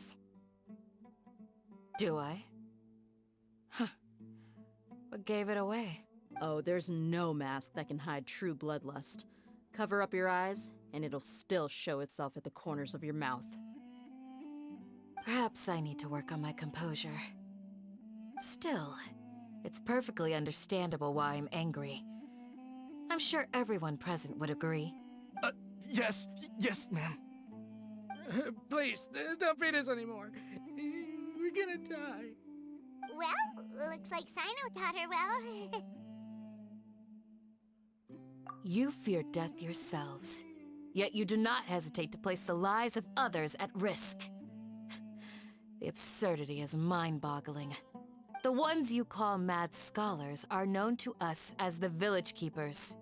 They are vital members of our community, and some even count them as family. You come here, to my village, and you treat my people as nothing more than stepping stones towards your goal. Tell me, what would you do to you in my position? Mercy! Please have mercy! You've made your bed. We may both be desert dwellers, but there is one thing that I understand better than you. The resurrection of the Scarlet King will only result in war. And war serves no one. The people of Aru Village care little about which god is in power. Life may be tough and tiring, but we wish to preserve our way of life. A war would only cause us to lose all that we have. And that is not a responsibility that you can afford to shoulder. We understand. We're sorry. I'll tell you everything I know. Please, just let us go. I'm listening.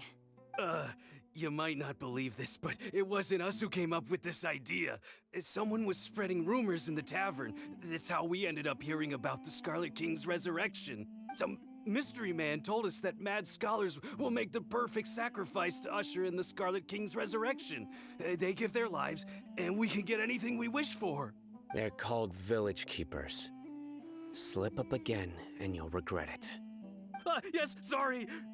It was all that mystery man's doing. He told us to spread word about the Scarlet King's resurrection and talked us into helping him. In return, he said he'll help facilitate the resurrection process. I'm not sure. That's one. Huh? One what? Strike. You get a total of 3.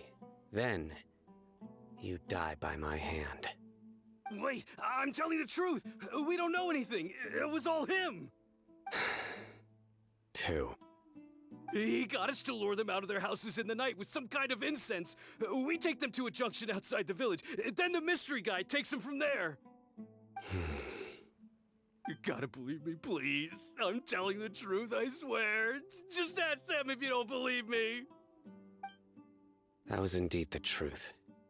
Traveler, go on.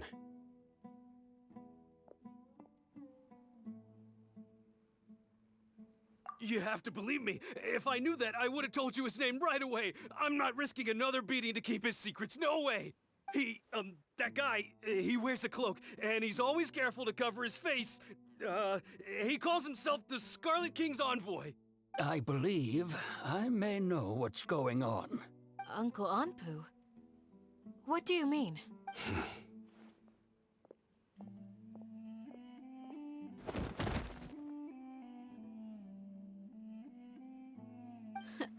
Smooth.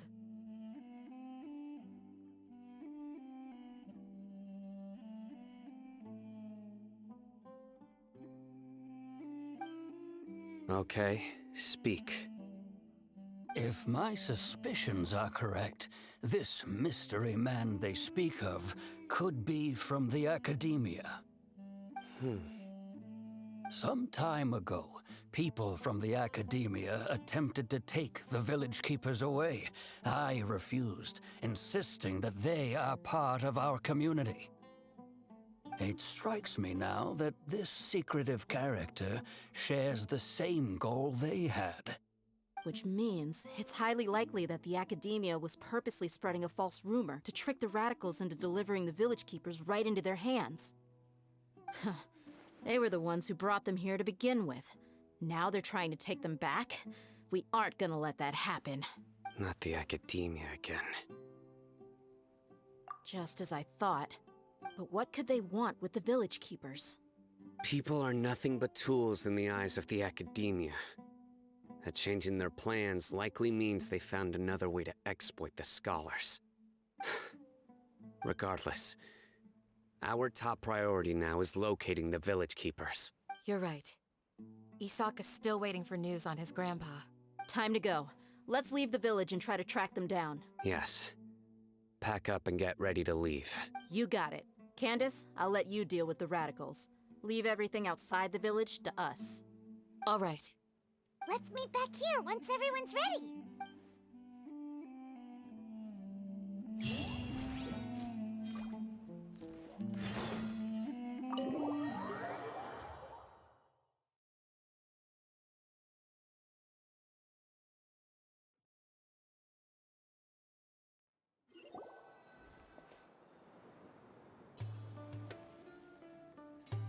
Let's get some food in us and then we'll... Whoa!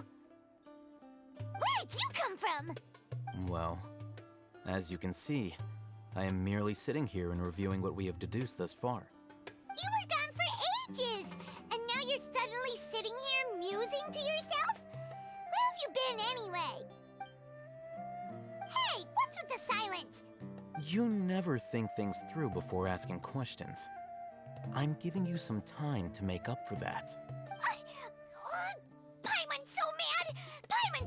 you an ugly nickname! Never mind.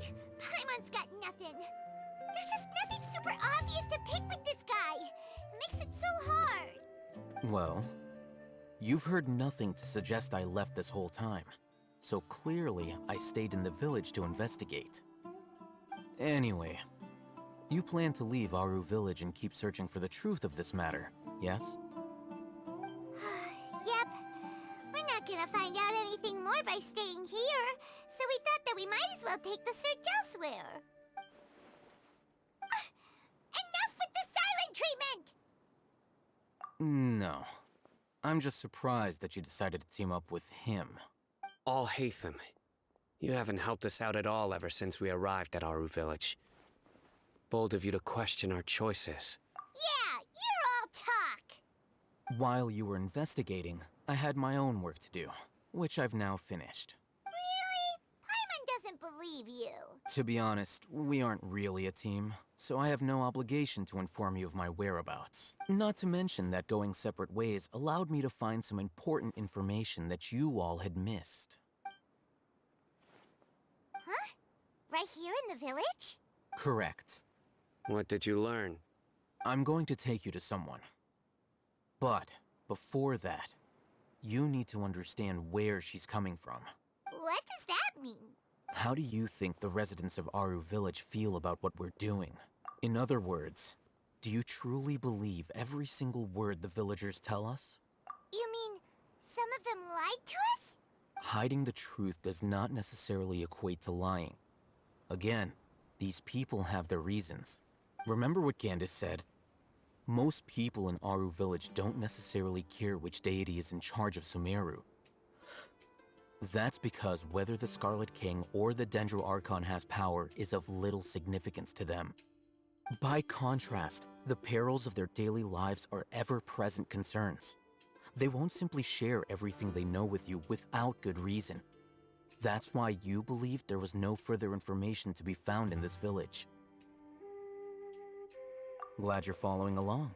Among those you have talked to, there's someone who was consciously keeping you out of the loop. In fact, she's been observing your every move since you arrived. The reason being, to someone who only wants to live their life in peace, any external factors introduce unpredictability into the equation.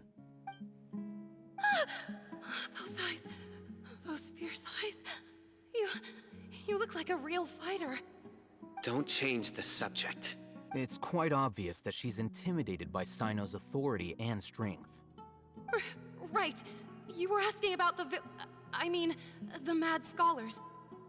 She corrected herself mid-sentence because she's aware that there are Scarlet King fanatics in the village.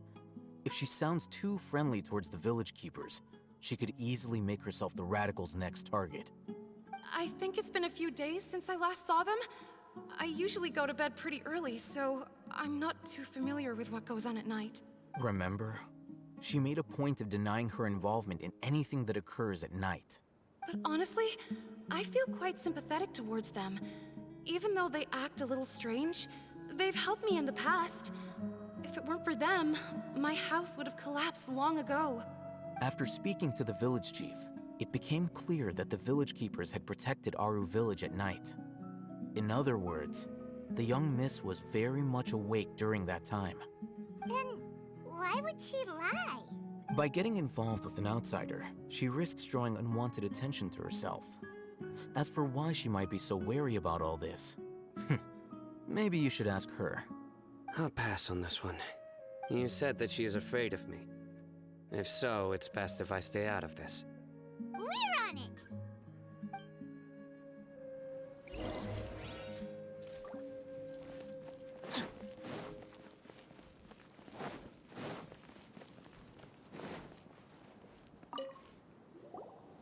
Miss Shawnee, as we discussed earlier, I've brought someone with me. Mr. Alhaitham, I'm aware of where you stand, but how can I make sure that your friends think the same as you? Huh? What do you mean? We need to clarify our stance or something? Go ahead and talk to her. You'll get the answers you want. Go on. Earn her trust. Is it really that simple? May I call you Traveler? Hi, Traveler. I want to ask you something. Do you think the resurrection of the Scarlet King can truly change Sumeru for the better? Why's that? That's very similar to what Miss Candace says. I know you two are friends. That's why I'm willing to talk to you, even though I do have some reservations. Before, I wouldn't even have the courage to ask something like this. Traveler, do you believe our lives will get better? Yeah! We came here from another nation, so it isn't wrong of you to be weary.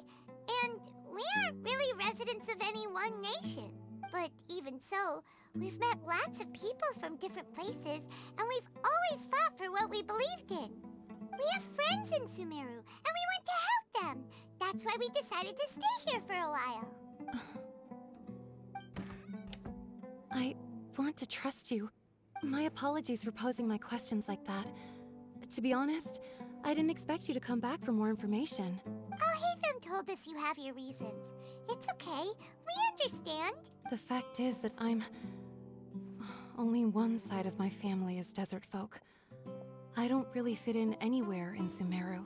Some believe in the Dendro Archon, while others believe in the Scarlet King. I don't belong to either side, and neither side would want me. Speaking of which, the radicals mentioned that they despise traitors. Do they just think that anyone who's different from them is a traitor? Yeah. Some people can be so narrow-minded when it comes to bloodline and beliefs. It makes no difference what I say or how I behave. I'll always be suspected of having ulterior motives.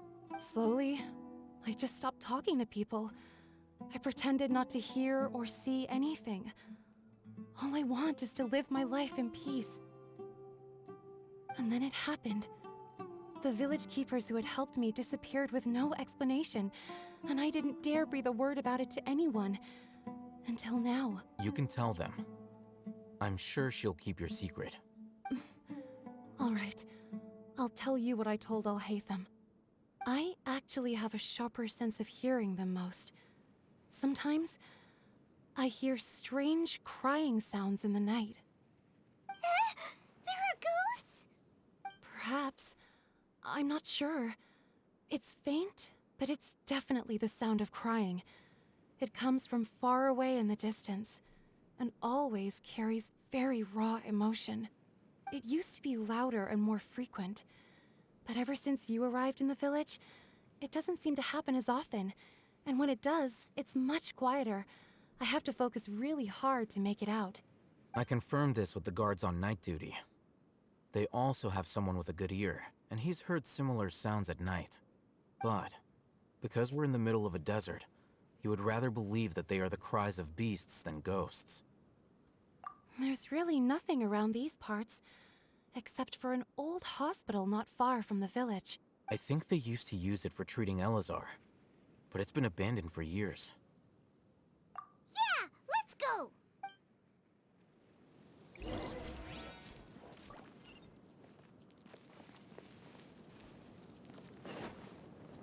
Body and mind.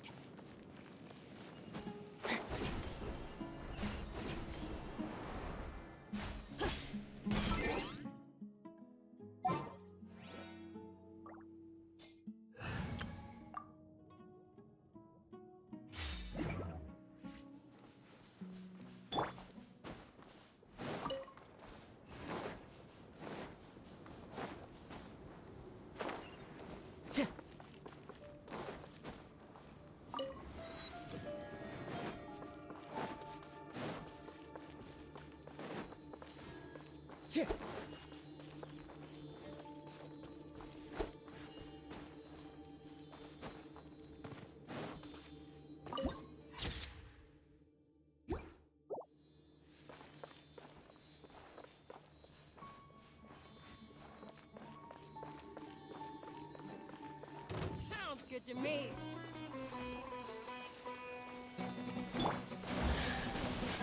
Take flight!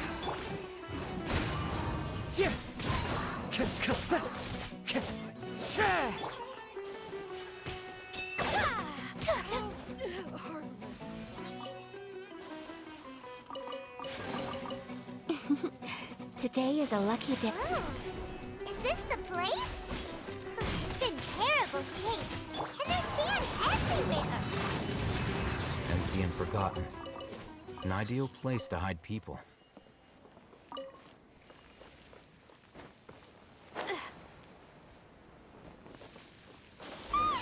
Monsters, watch out! Whirling snow! One with nature.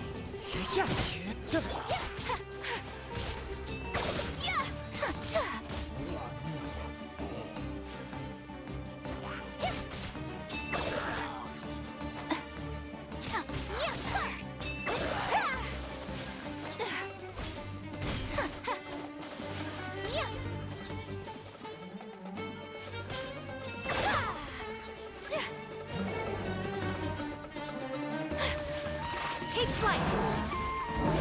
Just like we rehearsed! Embrace the ice! Take flight. The birds call into the wind. Look at you, Boomtail! Yeah! Whirling snow! Whew. They were easier to deal with than Paimon had expected. Super strong bandits? Or monsters taller than buildings dropping out of the sky? Or, something like that. He looks super serious. We gotta stay on our A game too. This is the one.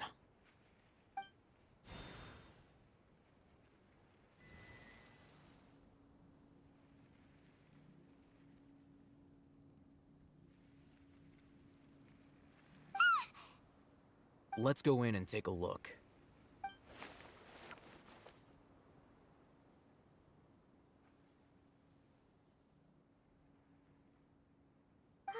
Hey, Hatham, we haven't found squat. Are you sure we aren't wasting our time here? Patience. Shawnee says she only hears the crying at night. We have time to burn. Until then...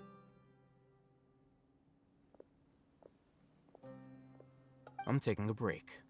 And just like that, he sits down. Wait, he even brought a book to read? What are you reading? Let Paimon see. Okay, sure.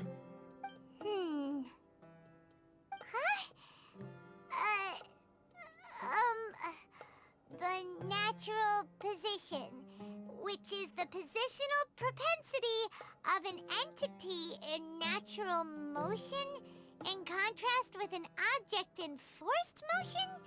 Huh? When free from external influences, every entity displays the tendency to follow its natural trajectory?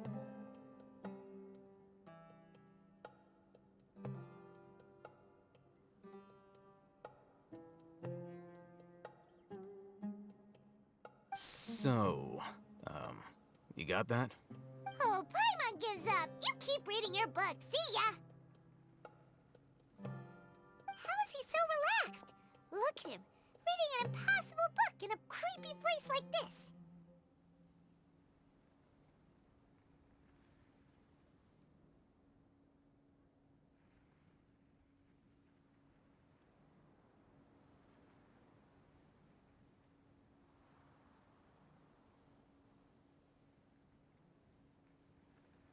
Hey! Paimon's your Teyvat travel guide. Paimon knows plenty of useful stuff already.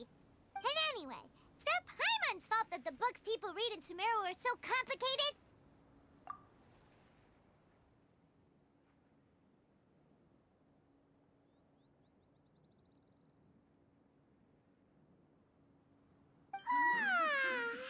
Paimon's getting so sleepy. Huh?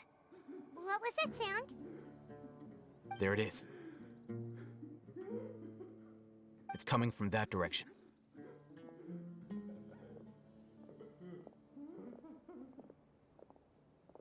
Is the sound coming from here? Huh. Paimon's not seeing anything. It's from below. But there's no way we can get down there. Something is off about the interior here.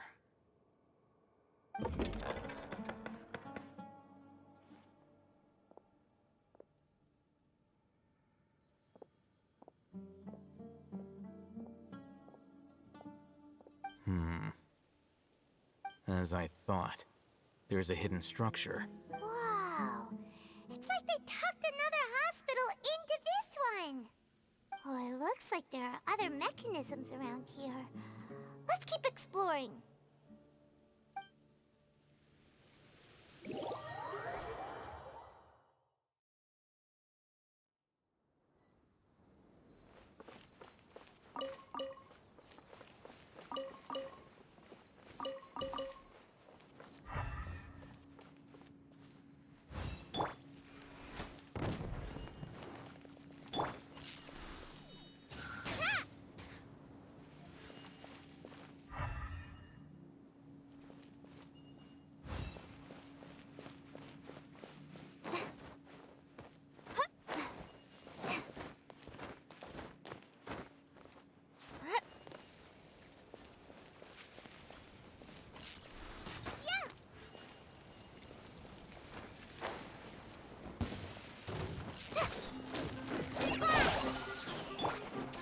One with nature.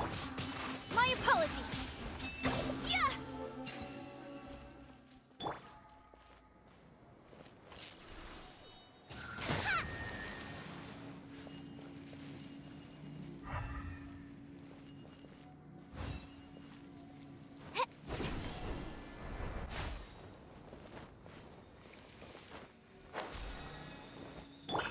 Wind strike.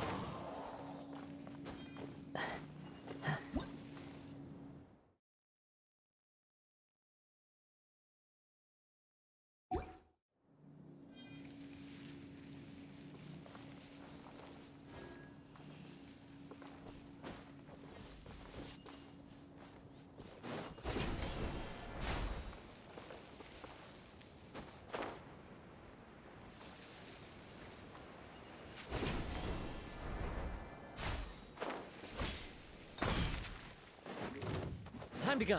The wind knows me. Yeah.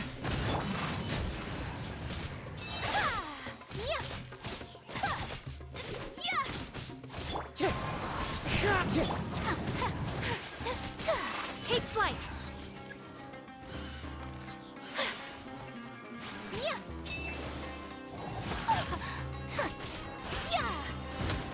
So rude. Kami-santo art.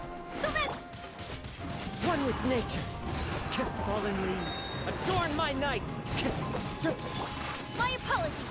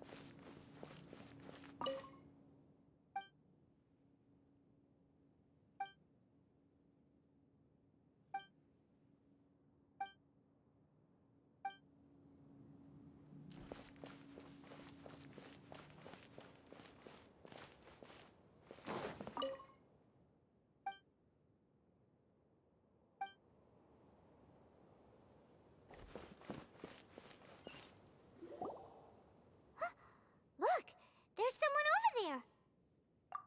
Good idea. Let's approach him slowly without alarming him.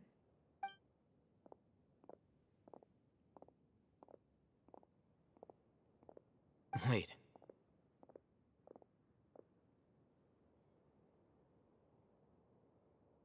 You're...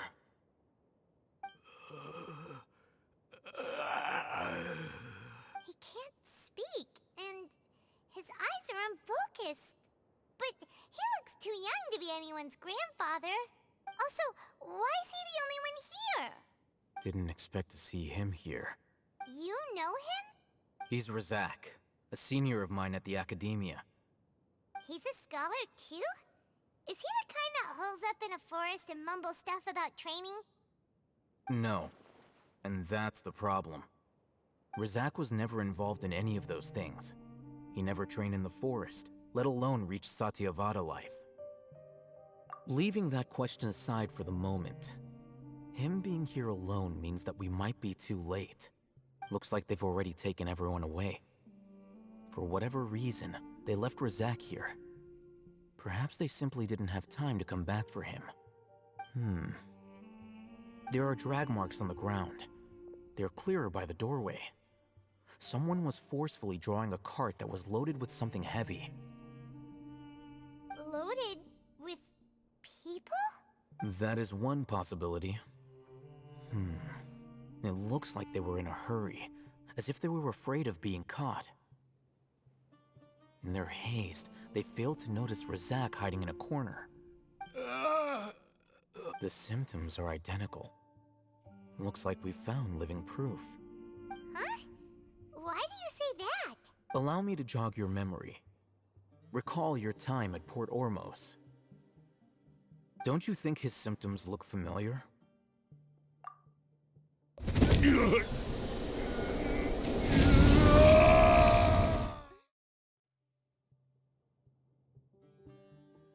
Oh, now that you mention it, they're acting the same way. Correct. The academia is behind all of this. It isn't difficult to deduce their rationale. First, the academia spread a false rumor of the Scarlet King's resurrection, emphasizing the role of the village keepers, the mad scholars who were exiled to Aru village. These rumors were all the persuasion that the radicals needed, and those based in Aru village leapt into action. Unbeknownst to them, of course, through rounding up the scholars, they were actually helping the academia. As well as being able to exploit the radicals for their own ends, this scheme has one further advantage to the academia. All the risks and responsibilities are offloaded onto the Scarlet King's followers. Life for the desert dwellers has been brutal ever since the Scarlet King's death all those years ago. Beneath the surface, feelings of desperation are widespread. Many would give everything they have for the prospect of something better. Anyone looking to exploit that for their own ends simply needs to make a few empty promises.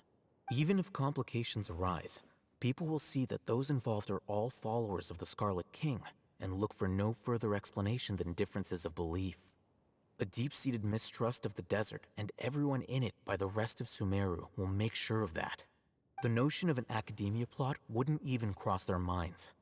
It may seem like a simple strategy, but it is able to work wonders under Sumeru's current circumstances. Oh, that makes a lot of sense. It's in line with the village chief's theory, too. But there's still one very important question. Wasn't it the academia that brought the scholars to Aru village in the first place? Why does it want them back now? Throughout this process, one thing has changed. The scholars' identity. First, they were scholars. Then, they became lunatics. After that, they were exiles. And finally, they become missing persons. An exile is still patently a living, breathing human being. But when someone becomes a missing person, that is brought into question. If you can't find someone, you have no way of knowing what exactly happened to them. That makes missing people an ideal resource. Resource? For what exactly? One possibility is that the information in their brains could be extracted into knowledge capsules. Extracted? You mean canned knowledge comes from people's brains? With the technology of the Sumeru Academia, it's entirely possible. Perhaps the process caused them great suffering, which is why they cry out in the dead of night when no one is watching them. So, the human brain... Nope, nah, Paimon doesn't want to think about this. I'm the Academia scribe, after all. I'm familiar with their projects. Anyway, judging by Razak's state, the contents of a divine knowledge capsule were extracted from his mind. But something went wrong in the process. Or perhaps his curiosity got the better of him, and he used such a capsule for himself. Paimon's a little confused. Can they just use anyone's brain?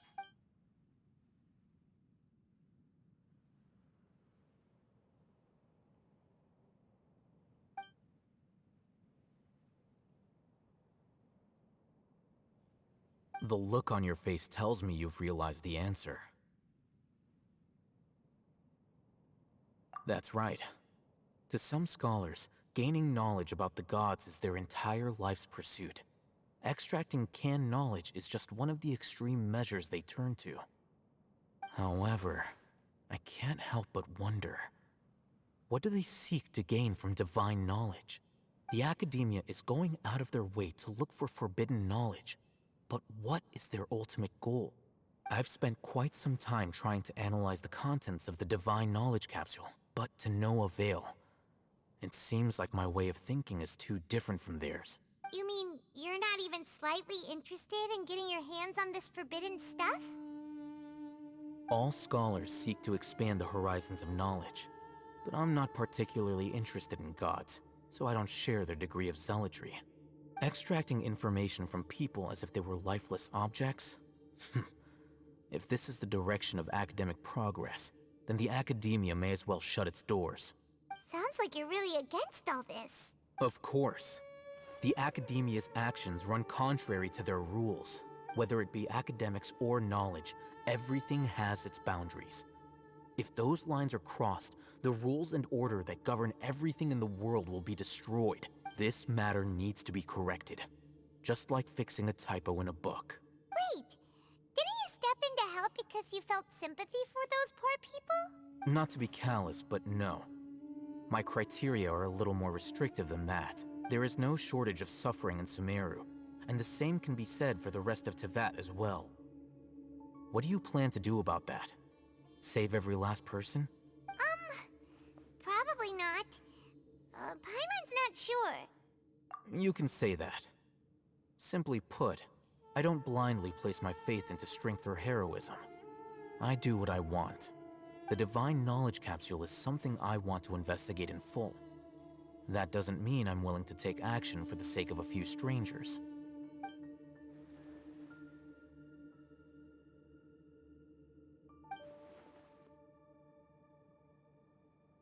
Paimon's been wanting to say this for a while. There are a lot of bad guys in the academia, but you're not one of them. You're their weirdo. You're probably right. Though I must say, I quite enjoy this feeling of being the odd one out. Uniqueness is also an asset, is it not? Wow, that's a great way to think about it. Paimon's really impressed.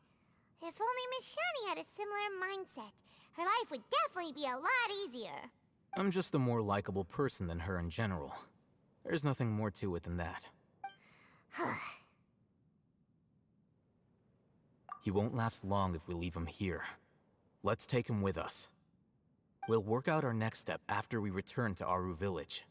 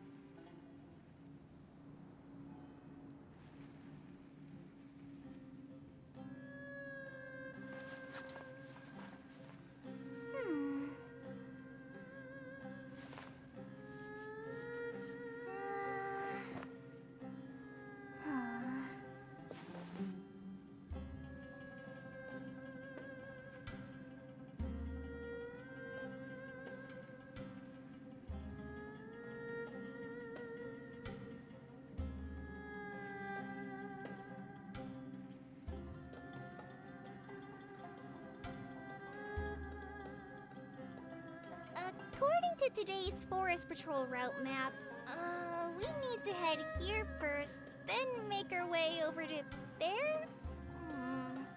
There's a lot of writing.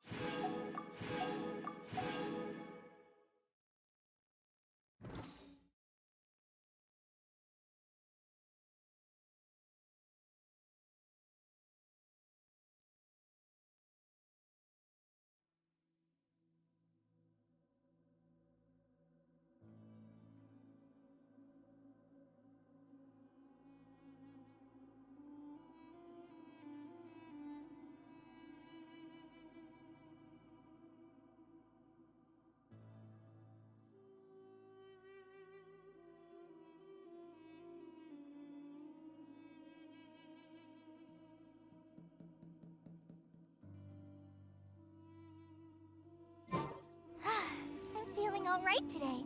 I'll take the chance to try to get some more done than usual.